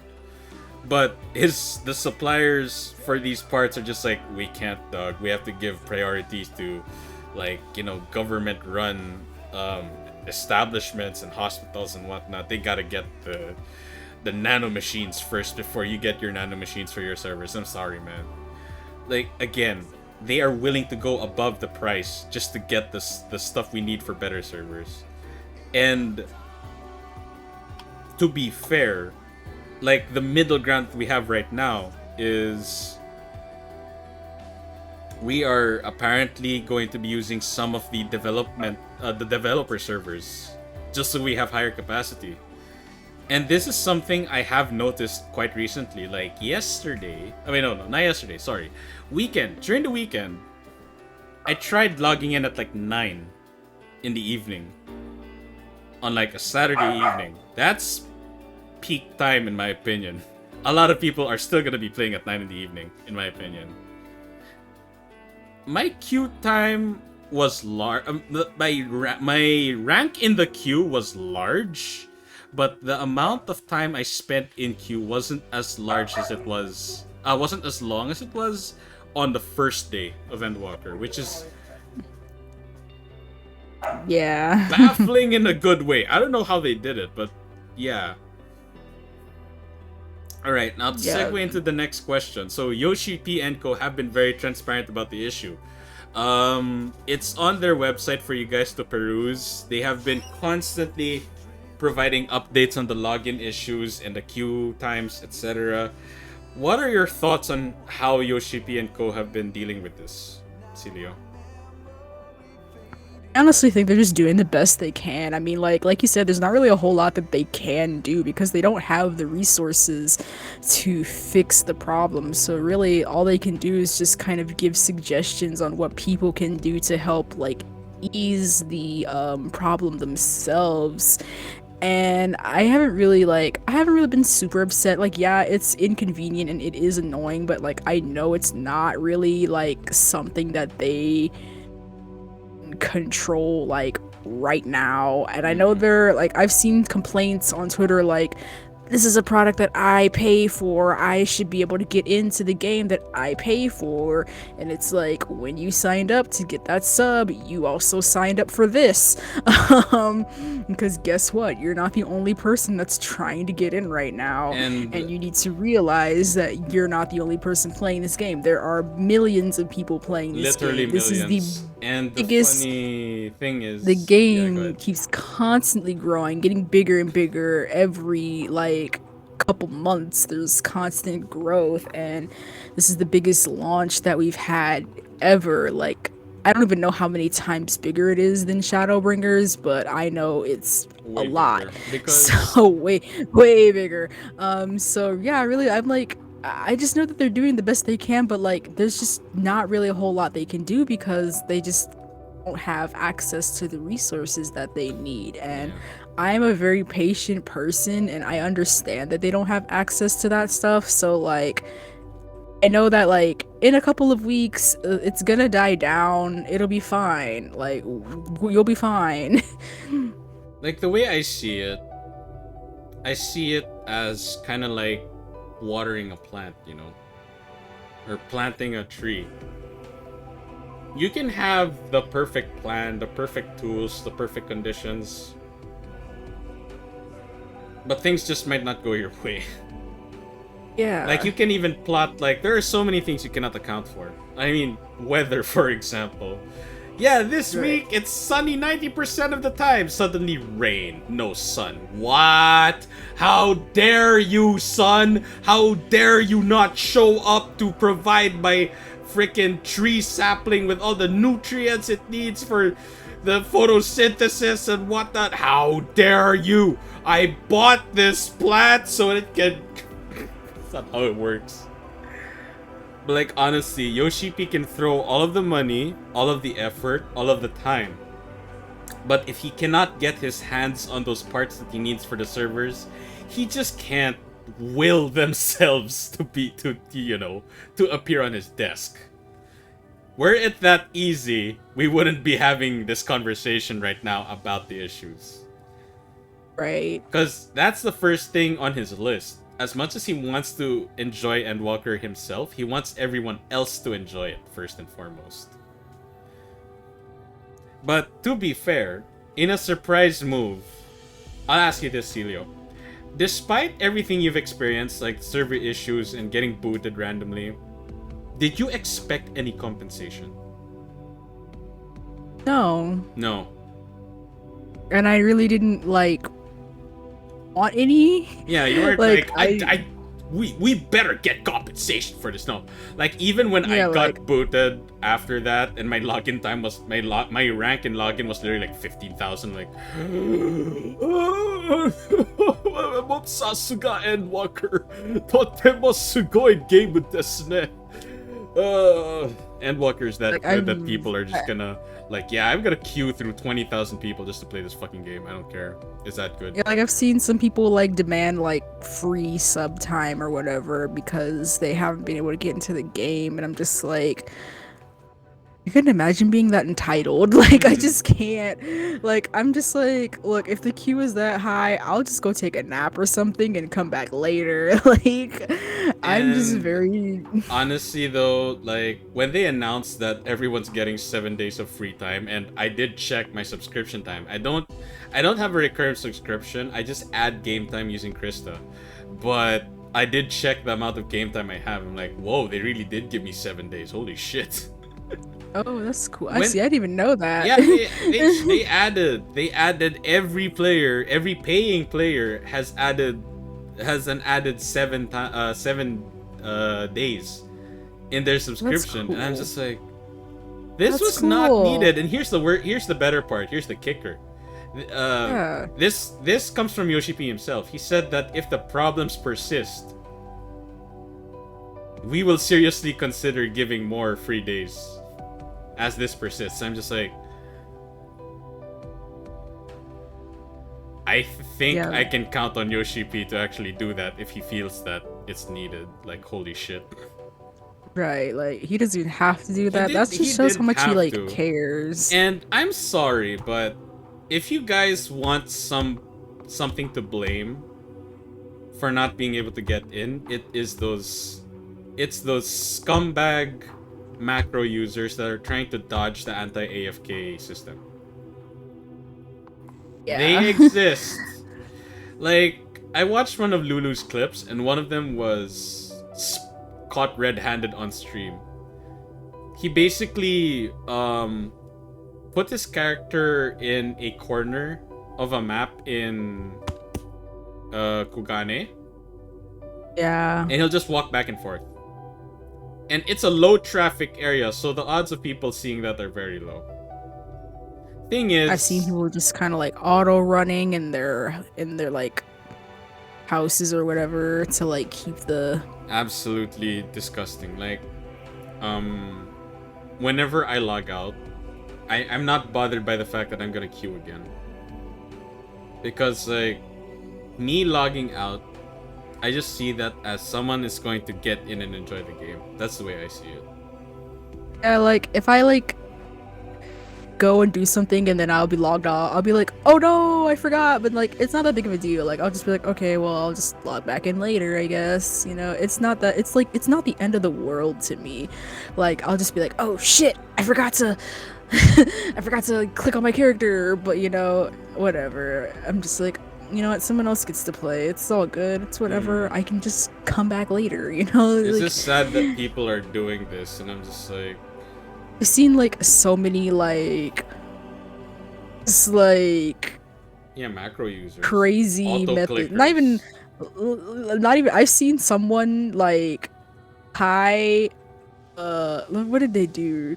They like I think they had like a fork or something tied to a rotating Ah, a yes, yes, fan, yes, yes, yes. and the fan would like the fan would like go on the fork, and like the fork would hit their space bar Mm. so that their character would jump every couple of seconds, like every like rotation of the fan.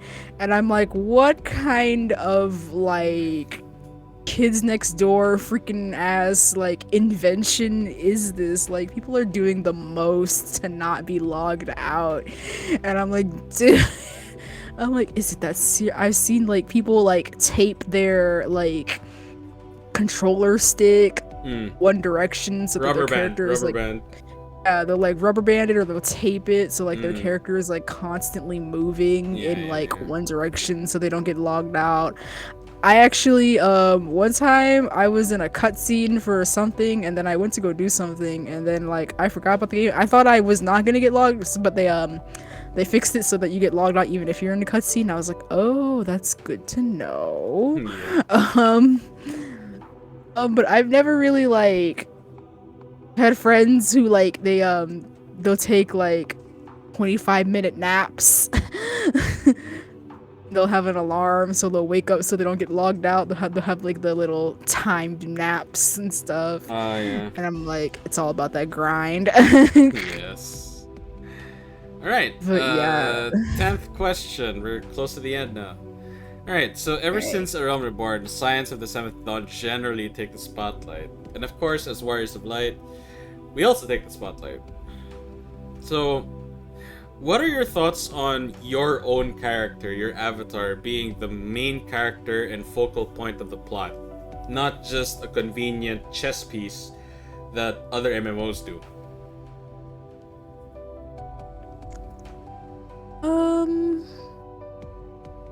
I feel like really gives you that like quintessential Final Fantasy experience, because it really makes you feel like you yourself are in the game. And when I was like playing through Endwalker, just like that sense of immersion was really like coming out so much for me. Like I for real was like feeling like I was up in the game myself. So like having like, normally I don't really like care about self-inserts all that much. Mostly it's because like a lot of these like free-to-play games with self-inserts, their stories aren't really like that amazing for me to care about. But since like the story of like both Shadowbringers and Endwalker has been so good, it like makes me want to be a part of the story, because like I wish that I were like going on these adventures and experiencing these things myself. So like I'm really glad that you get to be like in the story, you know, being like the hero. And even though you're like the warrior of light and like you're the hero, I still don't see like myself as the hero. I feel like the Scions are like still a lot more like heroic than me, because they have to, I guess like they don't get like the wall power, so I do feel like they have to work harder. Yeah. Yeah, it's just a really cool experience just having like, Yeah, you feel like a main character in a traditional Final Fantasy game. I really do. And here's where I think is the strongest point of Final Fantasy XIV as an MMO. You feel invested in the story and the lore because the lore and story actually gives a shit about you. Like, just to compare to, sorry, World of Warcraft. Look, I don't hate your guts. I hate what you have become, but I don't intrinsically hate you. But like your character, the reason why it's so hard for some players to get invested in WoW lore is because you are practically lore irrelevant. If you did not exist, the lore will still go on as if you did exist. But if you try to take that and apply it to FF14, it's impossible.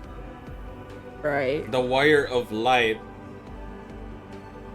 his or her existence is essential to the plot. And again, like the way the Scions even address you, although of course they cannot voice the other than your pronouns, they won't call you out by name during voiced cutscenes. But during the dialogues, they do address you as your name, and that's really cool. What True. I hate is in World of Warcraft, they give you really weird titles for several expansions. Like, for example, one of the dumbest ideas. Like, if they wanted to call the Champion of Azeroth the Champion of Azeroth, they just should have kept calling them Champion or Champion of Azeroth. That would have been more consistent. And to be fair, we have been dubbed the Champion of Eorzea for a long time. Not every character calls us that, of course, because it's kind of weird. Because the Scions would not call you the Champion of Eorzea because to them, you're a friend, a colleague. Right. It's kind of like if I were working for your company, I'd call you boss. But if we're like in the same rank, I'm not gonna call you boss because that sounds weird. I'd call you colleague. I'd like, fellow coworker. And since you are, even though you are more powerful or the most powerful Scion, they still address you as a fellow Scion. They call each other, which is by the first name. Orianche calls Y'shtola Y'shtola. Y'shtola calls Thancred by Thancred. And Thancred, everyone will call you by your name. And in World of Warcraft, in Shadowlands in particular, do you know what every NPC calls you? Obviously you don't, it's a What? dark question, but What? the place where you are is called the Maw. That's the zone. It's called the Maw. So in voiced cutscenes, they call you Maw Walker. That's like if Y'shtola walked up to you, you can do this, Endwalker. I'm like, what? Huh? Where the F did that come from? Or what? Because we're on the moon, you're gonna call me Moonwalker? Get out of here. Exactly. Like that raspberry just tells me, yeah, that's a stupid idea. After all of the shit that the Champion of Azeroth has done, you're going to reduce them to the title Maw Walker. Because they walk in the Maw. So does every father's son's mother's sister that walks in the Maw. They are called Maw Walkers. You could have at least called the Champion of Azeroth the Champion of Azeroth so they feel unique. But I guess they care more about following the thematic than sounding more authentic or caring, I guess. Again, who am I to say what World of Warcraft should do? I'm not part of the team. I'm not a writer. Thankfully. Otherwise, I would probably be harassed by a fellow coworker by now. I don't know. Anyway, that was a very bad joke, but anyway. Like, honestly, FF14 has definitely proven that self-inserts, when given enough care and when they feel important, can really affect the player experience. Like, the reason why you give a crap about the story is not just because the story is good, because the story of World of Warcraft is good on its own, but as an experience, it's crap because you are not referenced at all in any of the books, in any of the lore. You are an irrelevant speck. But in FF14, you are the literal focus. You are the main character. Every character, every tribe, every city that you have encountered, everyone you've impacted in their lives reminds you just how important they are. Like that one touching scene, like when you go to the first, you're wondering, wait, why are all of you still here? Why haven't you gone back to the source, right? You wonder to the Scions, like, obviously, Graha was supposed to get just me. And when all of you are... Oh. Thank you for the raid redisms. I will... Yo, is that the red? Oh my god, it's the red. Oh my The god, it VTuber is the red. red. It's the famous VTuber red. Oh my Thank you. redisms. Oh my gosh, Thank you hi. for the raid. And I'm gonna assume that Soli also brought them here, so I'm gonna give Soli another shout out. Thank you for blessing my stream with your presence, Red and Soli, and of course all of my other Foxtrots as well. Thank you so much. Great. Okay. So like I was saying, like when you go to the first and all of the science are there and you find out that Graha just meant for you to be brought into the first, you wonder like why are the science still Also rate those on a tier list. Oops. Like you wonder why are you guys not trying to go back to the source? And I sincerely apologize, Red. I only followed you just now. I had to make sure I remedy that. I'm like, I'm following Red. I'm like, no, oops. Okay, problem solved. Okay, anyway, moving on. So, you might wonder, like, why are the science still in the first? Right? Like, they should be going back to the source and fixing the problems of those freaking towers and Garlemald, right? Now, eventually, you find out through Urianger that Urianger had a vision, a very ugly vision, that if they did go back, the calamity that will befall the first will happen. The first will be lost to the overflowing flood of light, and the etherical imbalance will empower the biological weapon of the Empire that will kill everyone. Even the Scions, even you, the Warrior of Light, isn't spared. And it will cause, basically, because there are no governments in charge, there are no grand companies, the chaos just caused basically a martial law type of rule to take over Eorzea. Now, of course, it's really a bad situation, so the Scions felt that they had to stay. But more than that, based on the conversations with you and how you mean so much to them, the reason why they stayed in the first was to save your ass, to save your life. Because I'm pretty sure it was a shock to them that when Urianger told them that, like, I'm pretty sure, like, behind the scenes, Yashtola, Alice, Alfino, Thancred were like, guys, we need to get back to the source. We need to help the grand companies resolve stuff with Garlemald. And then I'm pretty sure Urianger was like, thou art mistaken. Thou dost not know what thou speakest of. For therein lieth a calamity of... I can't do it. So basically, Urianger must have seen this vision and told the Scions, like, yeah, a good idea, but no.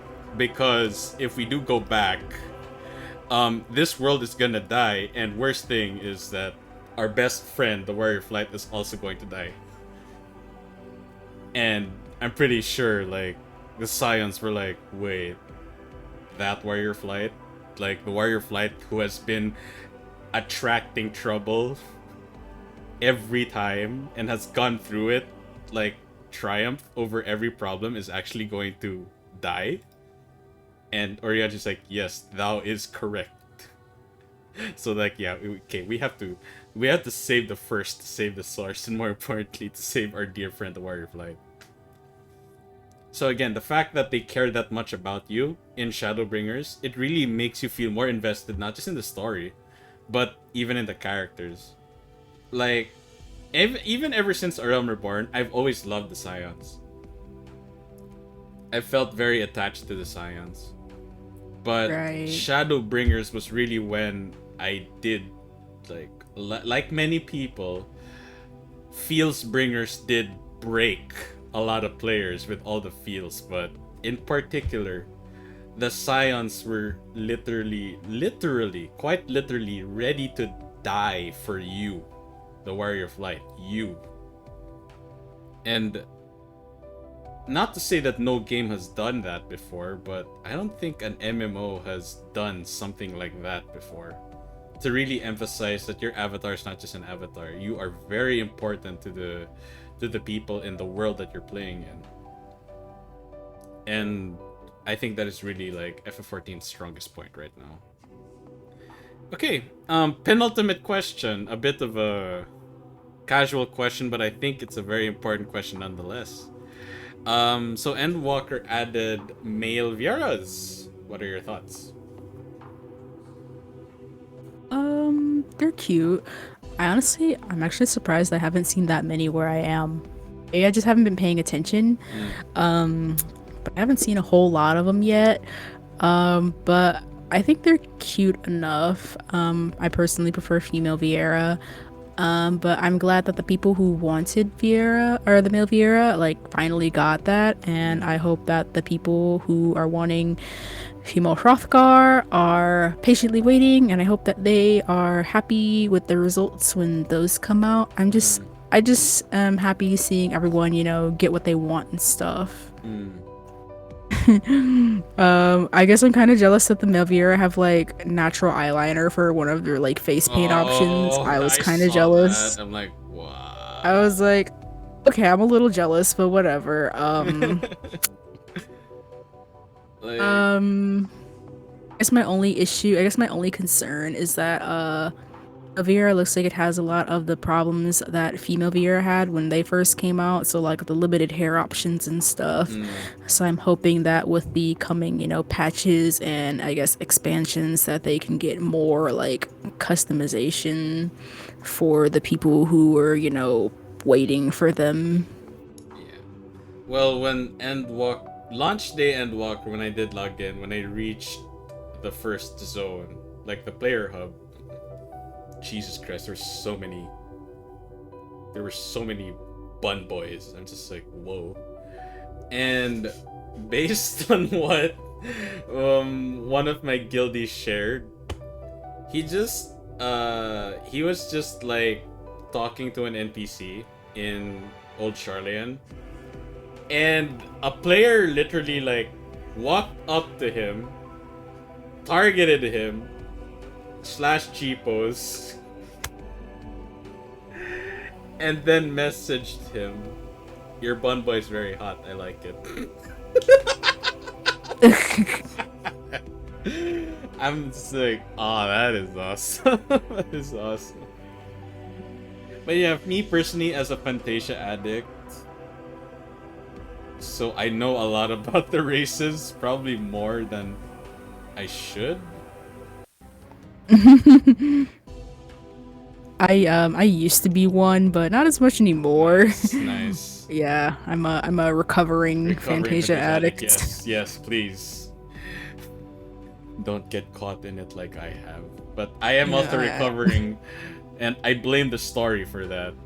Like, I don't want to. I'm not going to spoil anything. But there's one quest in Endwalker that made me like, shit, now I feel bad for being a Fantasia addict. I'm not gonna Fantasia anymore. Yeah. I did notice that there are more headgear now that Vieras can wear. Not everything, obviously, but they are increasing it they did increase it drastically since Shadowbringers, which is good. And the amount of hairstyles that they did add, not enough, in my opinion. But the fact that they are adding it, I'm like, okay, they're probably gonna give it. I think it's a start. Yeah, it's a start. It's a start. But yeah, they need to. I think, not for me, but for those who are very particular about it, I think they should make it a regular thing per patch. Like, they should add a batch of hairstyles per patch. Yeah, I agree. To please them. Because honestly, I can wait for the hairstyles. I can honestly wait. I'm in no rush. But yeah, if they want to please the ones who have been clamoring for more hairstyles for Viera and Hrothgar, they need to make it a regular update per patch.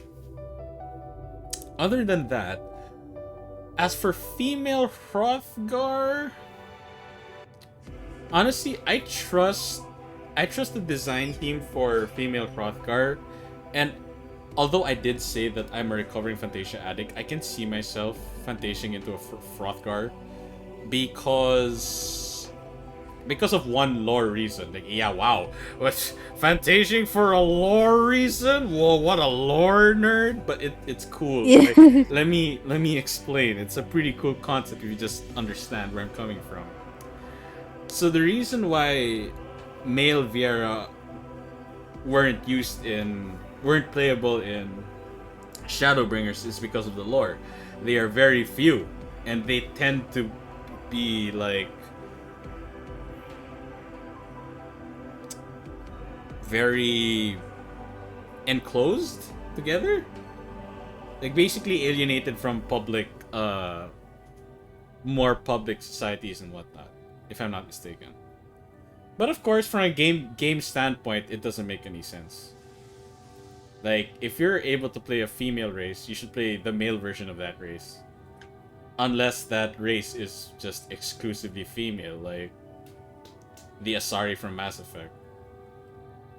But either way, there are male boys in Shadowbringers, but you just can't play them. So again, it didn't make sense from a gameplay and a game design standpoint, so they made them playable. Same goes for the Hrothgars. Generally, a female Hrothgar is like the queen of the pact. And I just like that idea that as a female Hrothgar, you are literally a queen of a group of male Hrothgars. And I'm just like, damn, that is dope. That is hella dope. Like, just for being a female Hrothgar, you get queen vibes. I honestly hope their design reflects that. And to be fair, it's just quite funny because the design of the female Viera does reflect the fact that they are more dominant than the males in the Viera community, and it's a very simple design choice, and that design choice is called not a Rickroll. Nice timing though. Yeah, I'm just gonna wait this out. Alright. That is all. Thank you and goodbye. Nice. Okay, the female Vieras by default, if the heights are the same, they will always be taller than their male counterparts. Because the Viera race are generally a matriarchal society, so I guess design-wise it makes sense why why the females are generally taller and meatier than the male counterparts. I mean, I'm rolling as a female Viera right now, and I did stand next to my guildie who is a male Viera, and when I mean meat, I'm not talking about the booba. I mean, that's obvious, but like in terms of like physique, female Vieras are still like, yeah, they have a lot of meat in their bones compared to male Viera. But I won't lie, male Viera do look hot. Other than, oh wait, fine. I'll just show an example because I did take a photo. I did take a G pose. Where is my G pose with a friend? Aha, there it is. Okay, let me show it for you guys to see. Right. So my friend on the left, that's a male Viera. I did ask if that is max height. That is not max height male Viera. And my Viera is the one on the right. And yeah, it's just hilarious when you see the height difference. And yeah, if both of us weren't wearing like casual tops like that, if you could see like our midriff, or basically more of our bodies, you will notice that female Vieras have more meat on their bones. More muscle, so to speak. They should. Yes, they should. So I hope that female Hrothgar reflects the same thing, that as a queen, they should feel like, you know, very dominant towards compared to the male. But again, it's not me to call you're right or our right or the character POV right. Oh, if you're looking at the stream, obviously it's the one on the right, the female Viera, that's me. The one on the left is the male Bun, the male Viera. It's my friend. So yeah, like, again, I'm not part of the team that calls the shots or designs the female Hrothgar, but I hope they can reflect that as they have with male and female Viera. Like, it's clear as day that in this photo, the one who is the dominant one, or on top, I guess, is the female Viera. So I hope that, and again, it's not just because of aesthetic or preference, but it's literally in the lore. So I hope they can reflect that in the design of the female Hrothgar. Alright, last question. We're finally at the last question, guys. Okay, so, do you think FF14 has become the MMORPG of the current era? Yeah, for sure. Definitely. I can't even think of any other. The only other big MMO I can think of is New World, and that's the one that blew up people's GPUs. Man, in my opinion, New World had an opportunity. Yeah, I heard that. They said it had potential. Being a buy once, play forever game, they only had to compete with Guild Wars 2. And to some extent, Elder Scrolls Online. But New World had that potential, but they fucked up. And like, without even the bugs to mention, which is a myriad number of bugs, I'll just tell you something that Josh Strife Hayes said. New World is a game developed by Amazon, but it doesn't look like it was developed by Amazon. That, I think, is the best way to sum it up. Like, a game by Amazon, you'd think it's gonna be well-funded, or at least if it's not well-funded, it should look well-funded, you know? But based on the bugs and what kind of bugs these are, it clearly doesn't show that it's been made by Amazon. And that sucks. Is it gonna convince me to play New World if it was? No. Sorry. FF14 is just my game. But I'd be happy if New World was better. Absolutely, I'd be happy if it was.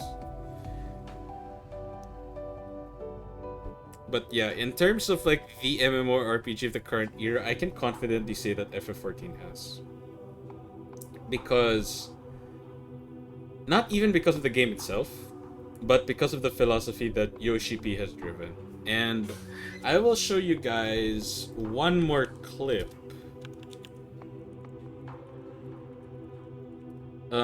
Somebody very nicely compared World of Warcraft developers and WoW developers and F14 developers. And this is gonna be funny, so you guys are about to get entertained. It's a very short clip. It's like a 7-minute, yeah, it's a 7-minute video. So let's just enjoy this. Just put it full screen. Okay, here we go. And I'm sure you have a lot going on, but Asmund, I've heard that your mom I will add context where it is necessary. Oops. was not doing very well, so I'm sorry to hear. Glad that you were able to make it here. Thank you very much. It's still an ongoing thing, and it probably will be for, unfortunately, the foreseeable future, but I'm doing my best. Alright, so context. Asmongold's mom encountered an accident, and unfortunately, a couple of weeks back, she did pass away. Despite that, Asmongold, despite the accident, Asmongold still found time to be interviewed by Yoshi.P. And again, to people's surprise, Yoshi.P found out what Asmongold was going through, and that was the first thing That was the very first thing that Yoshi.P addressed. He didn't save that little thing for after the interview. No, that was the very first thing that Yoshi.P wanted to say, and I'm just like, wow, that must mean a lot to like Asmongold in particular. That the developer knows what's going on in your life and actually cares. Like, anyway, moving on. I'm actually interested by the premise of the question, and I disagree a little bit with that. I mean, I think if players are looking at Mythic Raiders doing, multiple times their damage, frankly, that's a skill issue, right? That there, as you yourself very well know, there are vast skill gaps there when it comes to performance. Streams and Okay, context for that one. I think the issue here was that players were complaining about the skill level disparity between hardcore raiders and casual raiders. And I think even in FF14 that does exist, but not as bad as World of Warcraft, because I don't consider myself a hardcore raider. I just raid pretty well. Ceelio, do you do Savage raids? I did E9 through E11 S. Okay. I didn't do E12. But I liked it for what I did of it. I might dabble with the Pandemonium raids. Maybe. No problem. For me, I know a lot of people who are better raiders than I am, but I don't think it's even a matter of skill. It's just a matter of time, really. It's not like they are better because they do better, but I can do better. I can do better. Or maybe at least match the top raiders of F14. But it's only really a question of how much you want it. But in World of Warcraft, I feel like just because of how classes are designed and balanced, no matter how badly you want to be better or how much time you spend, you're just gonna hit a roadblock. And that really sucks. And the fact that the director of World of Warcraft was like, yeah, it's a skill issue, not a design issue. I'm like, you're not even gonna entertain that it might be a design issue, but okay, moving on. and some of your YouTube videos, but man, I love your reaction videos. Oh no. You're saying us at our worst. 特に5.0 とか5.3のメインクエストやりながら泣いてくれてるのを見てて僕も泣いてました。Basically, Yoshi.P here says that he watched Jesse and JP's reaction to the patch 5.0 and 5.3 story in Shadowbringers, and watching them cry also drove him to tears. And again, the fact that you know that the director and producer of FF14 is watching your content, like, it shows that he cares and he respects, the community. Man. Alright, moving on. There were ones where you were going through the 5.0 and 5.3 MSQs, and you're just crying through the story. Oh, entertaining content you bring to us. Why do developers insist on making AP a long-term system when it has so much effect on the game? Why do you insist on making AP? Pesky developers. Long-term. We insist on doing things that affect the game. Okay, if they said that as a joke, that was not even remotely funny. So, basically the context, AP stands for Artifact Power, and Artifact Power it's a grindy content. That's what it is. And thing is, it's not like, as Ceelio mentioned earlier, she did Zadnor and Bozja. She did not have to do that to make her character stronger. She could just do raids, or just farm the weekly tomes, and she'd get a decent weapon, right? Did you even know that? Yep. Okay. Sure did. Yep. And the thing is, Ceelio didn't have to go through the grind that was Bozja and Zadnor. In World of Warcraft, you are forced to, because artifact power grinding is the only way for you to upgrade your weapon. So imagine that. You can be really good Like, Ceelio can be a really godlike scholar, Ast can have like masterful knowledge of every fight, but because she's a responsible person and actually balances her lifestyle with games and doesn't spend like 20 hours a day playing F14, she's not going to be as strong as the person who did. Like, that is just straight up unfair. Because the philosophy is Yoshi.P is that regardless of what kind of gamer you are, everyone should be having fun at the same level. Like, when I mean level, like content. Like, a casual raider, I think, should have the same amount of fun that a hardcore raider does. Maybe the fulfillment is not as...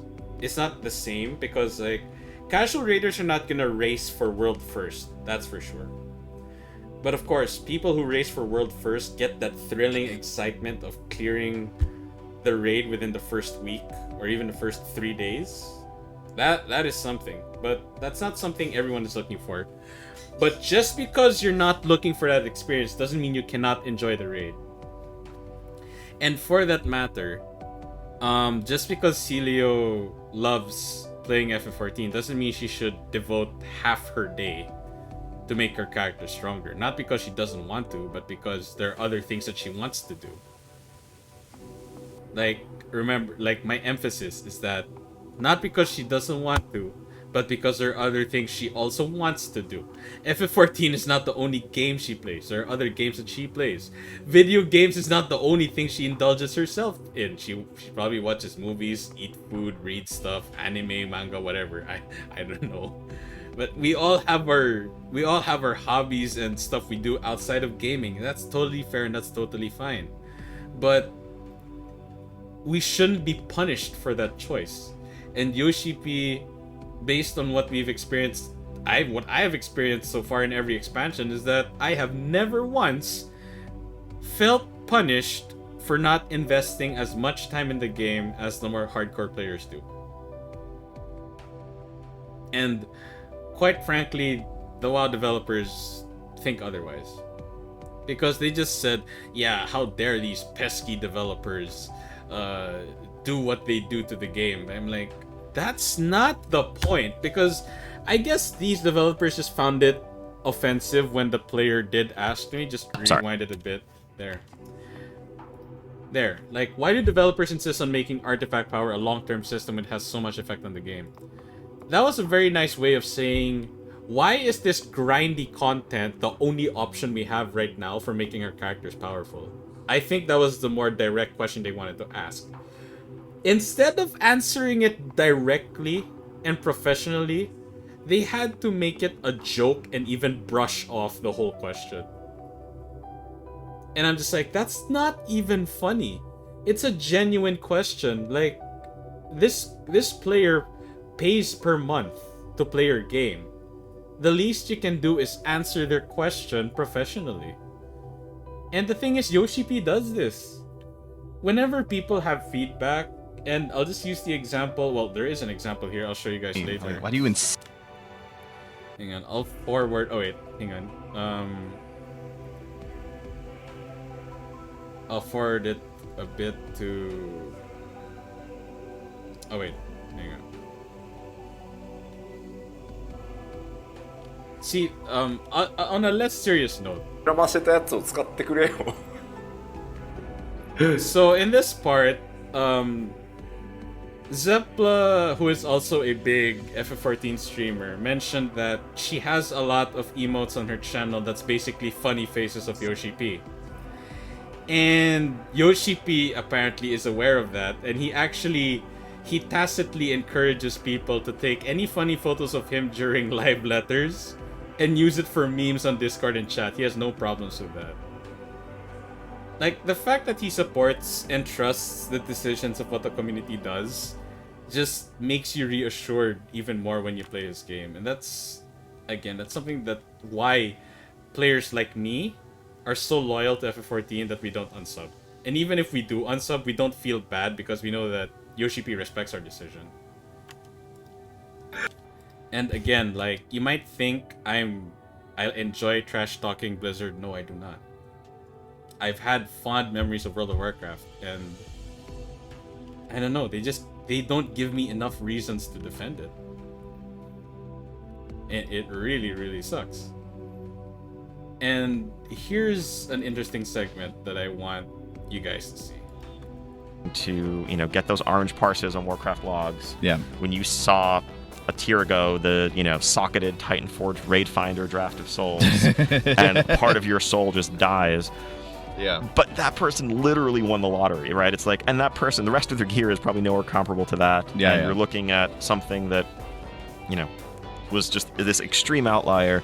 We could put very high caps to stop that from happening, but the reality is, like, that's stopping the memes and stopping the Reddit posts and the Discord chat. It's not actually affecting the average player. That right there is straight up being out of touch or either in denial. Ceelio, when you did FF14 Savage Raids, did you ever have a problem gearing up your character? No, not really. I just did tombstone gear. Or yeah, I did tombstone gear for the most part, and then whenever I would clear raid, you would get, your one chest, or your two chest. So no, I didn't really have like a big issue with it. Okay. Because the issue, not just on this clip, but as a raider, as someone who's raided in FF14, you never had a difficulty deciding what class to roll, right? No. No, you just played whatever you felt like playing, or you were confident in playing, right? Yeah. What if I told you that in WoW, it actually matters what class you play? Like, what if I told you that in Party Finder, people will kick you for picking Sage instead of Scholar? God. Exactly. No. Exactly. Your response to that is no, but I am telling you that is the norm in World of Warcraft.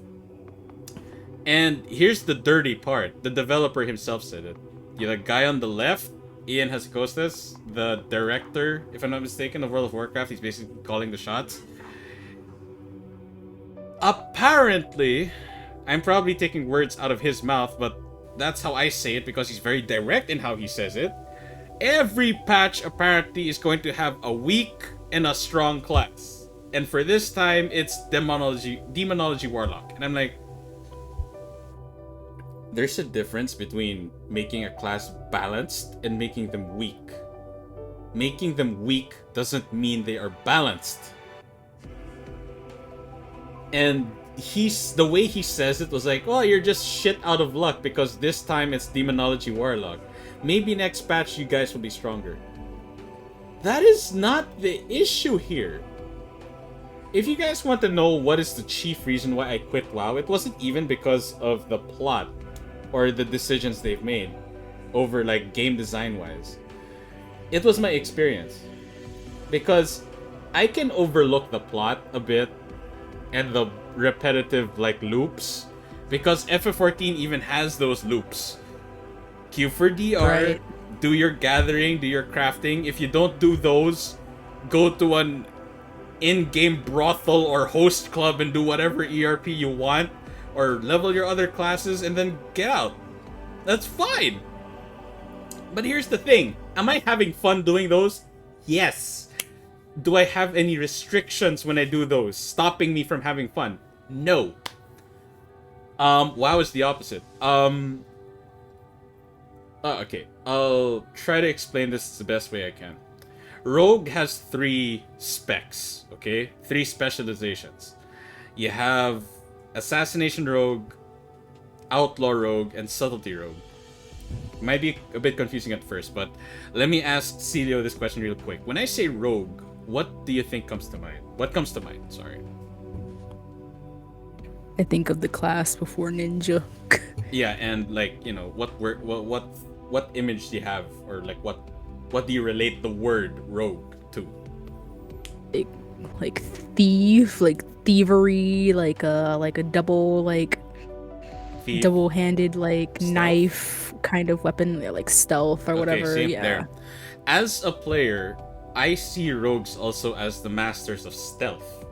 It's the reason why we are the softest melee in most fantasy games.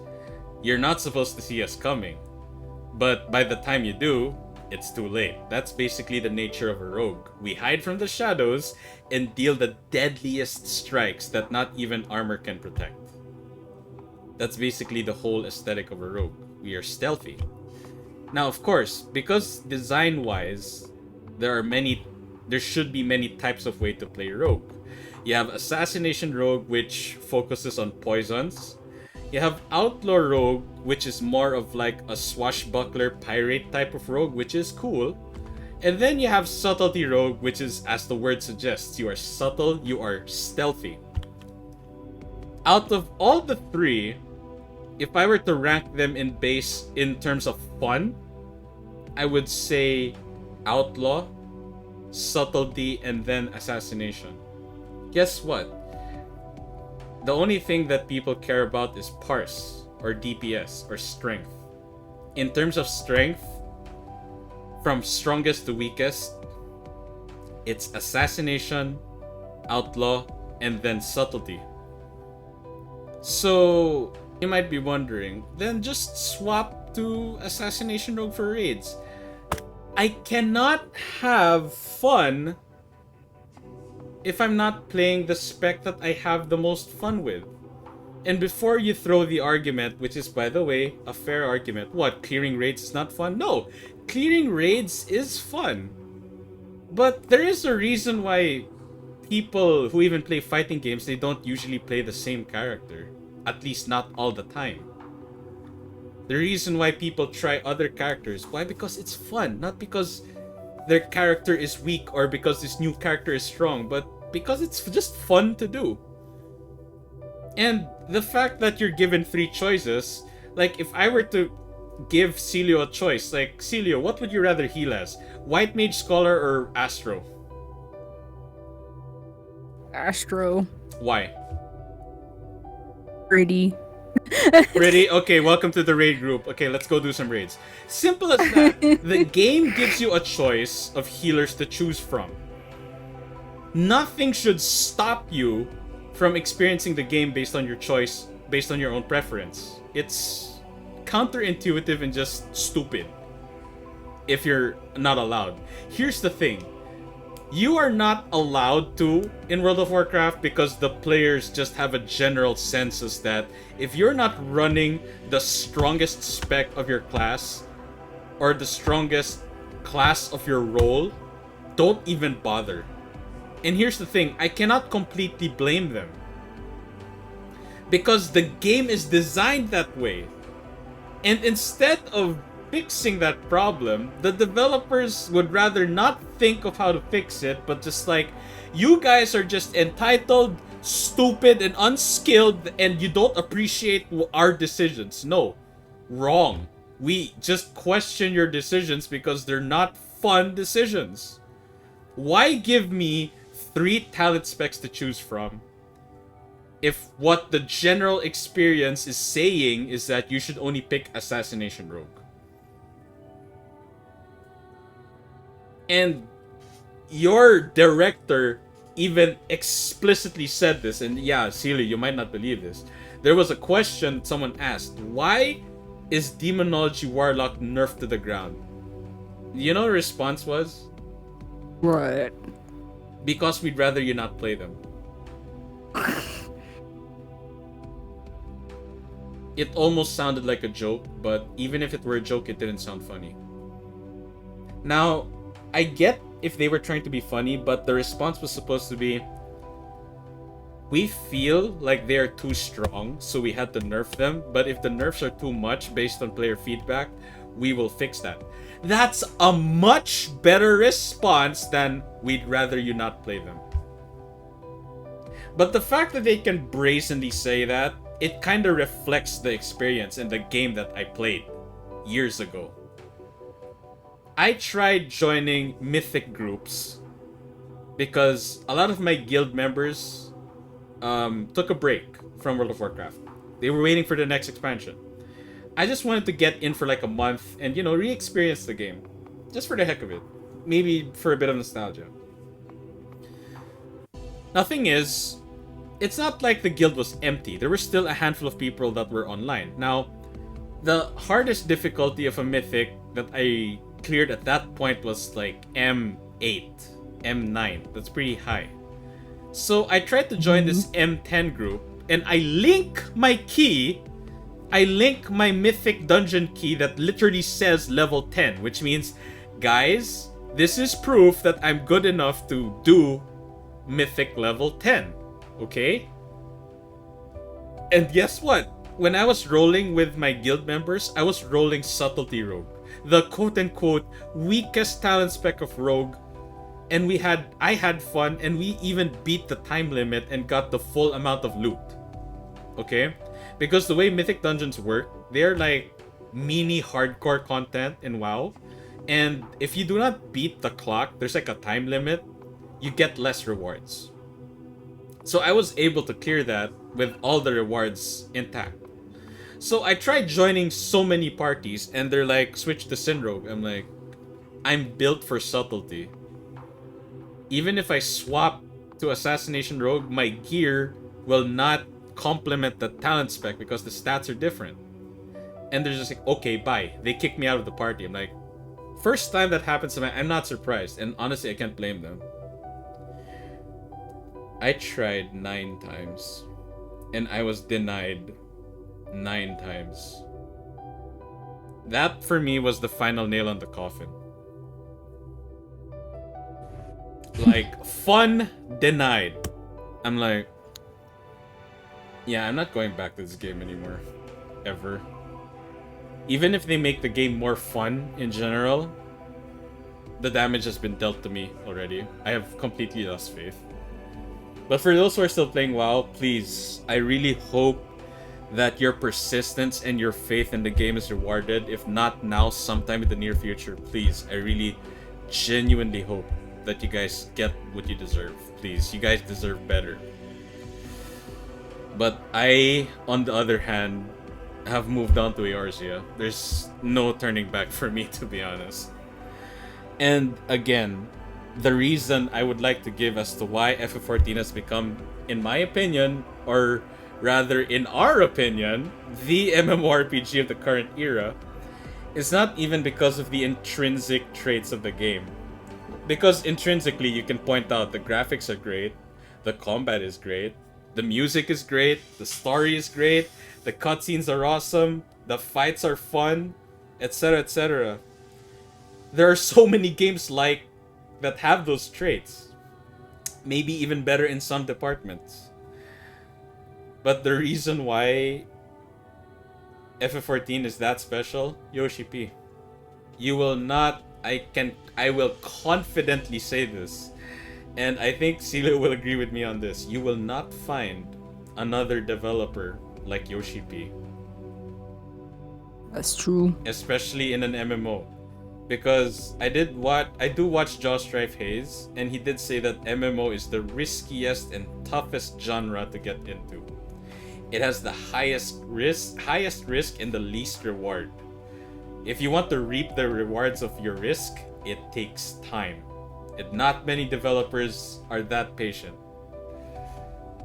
But Yoshi.P has proved it. And it's because of Yoshi.P that FF14 has become what it is today. Not to say that he's done it single-handedly, no. Him and his team, it's a collaborative effort. Everyone in his team has done justice to the genre. But it is Yoshi.P's philosophy, his design philosophy, his game philosophy, and his line of thinking that has brought FF14 this far. And that is it. Alright. Hey! Hey, yes. Alright. Thank you all the Foxtrots, all the sheep peeps, people from Red and Miri's stream, thank you so much.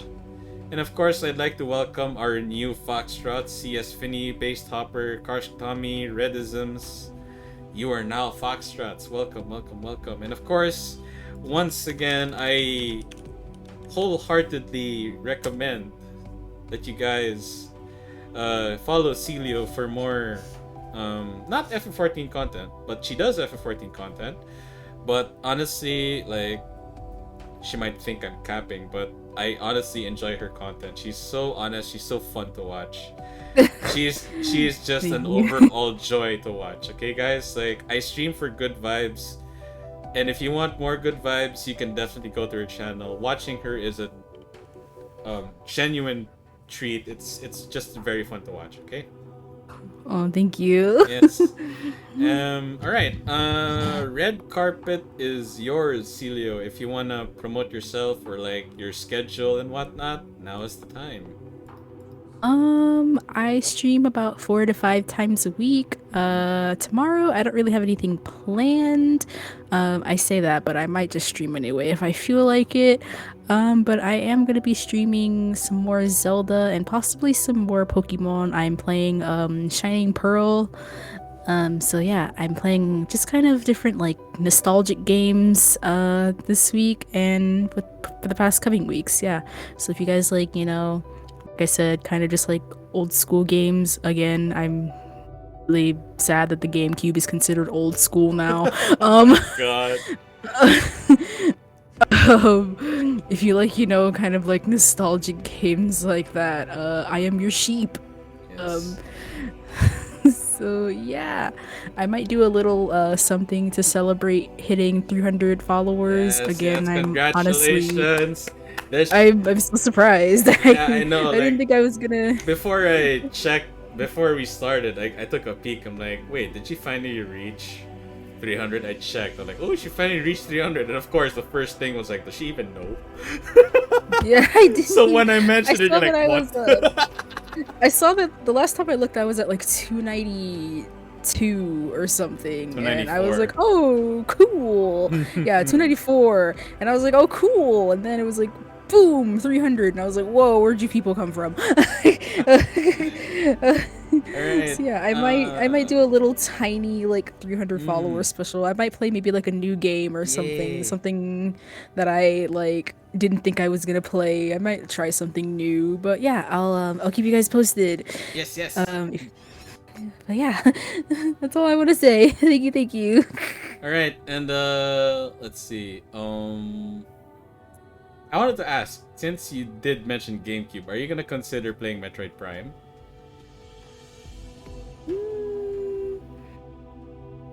Maybe. All right. I am kind of looking for new games to play, since I do have the GameCube.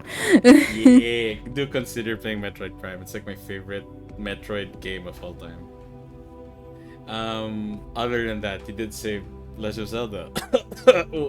Are you gonna play Breath of the Wild? I might replay it. Yeah, I might replay it. Probably not until next year, because I don't like to play games until I don't like to replay games until I've like completely forgotten them, and like I still kind of remember a good chunk of Breath of the Wild, so I'm kind of waiting until I forget most of it. Understandable. Yeah. All right. Okay. As for your resident Inari Kitsune, all right. So Wednesday, that's the day we had Shrine Talk episode 9 featuring Ceelio. And for Thursday and Friday, it's still a mystery. But if you know what's potentially releasing tomorrow, it's not really that much of a mystery as to what I'm streaming. But I'll be streaming that game on Thursday and Friday. As for Saturday and Sunday, guerrilla streams. Probably a bit of FF14 because I'm helping one of my static members gear up for when raids do come out on January 4, if I'm not mistaken. Other than that, is it Persona? No, unfortunately. Sunday I have an important announcement, but not to get like too hyped about. It's just really how my schedule will be like for the next 2 weeks. 2 weeks? 14 days? Yeah, about 2 weeks, because being a Filipino, Christmas holidays is a very big deal, so I'm gonna be a bit off the grid for like 14 days, but I'll get to more detail on that around Sunday. But yeah, don't worry though. Although I'm not gonna stream, I'll still be active on my Discord and on my Twitter. There's my Twitter. Kindly give me a follow if you want to stay up to date for whenever I make announcements. And of course, the Discord link, that should still be active, but I will make a new one right now. Here's my Discord. Feel free to join. You can join other Foxtrots, Sunbathers, Sheep Peeps who are also in that Discord. You can also check Ceelio's Discord. Hang on. Let me get that link.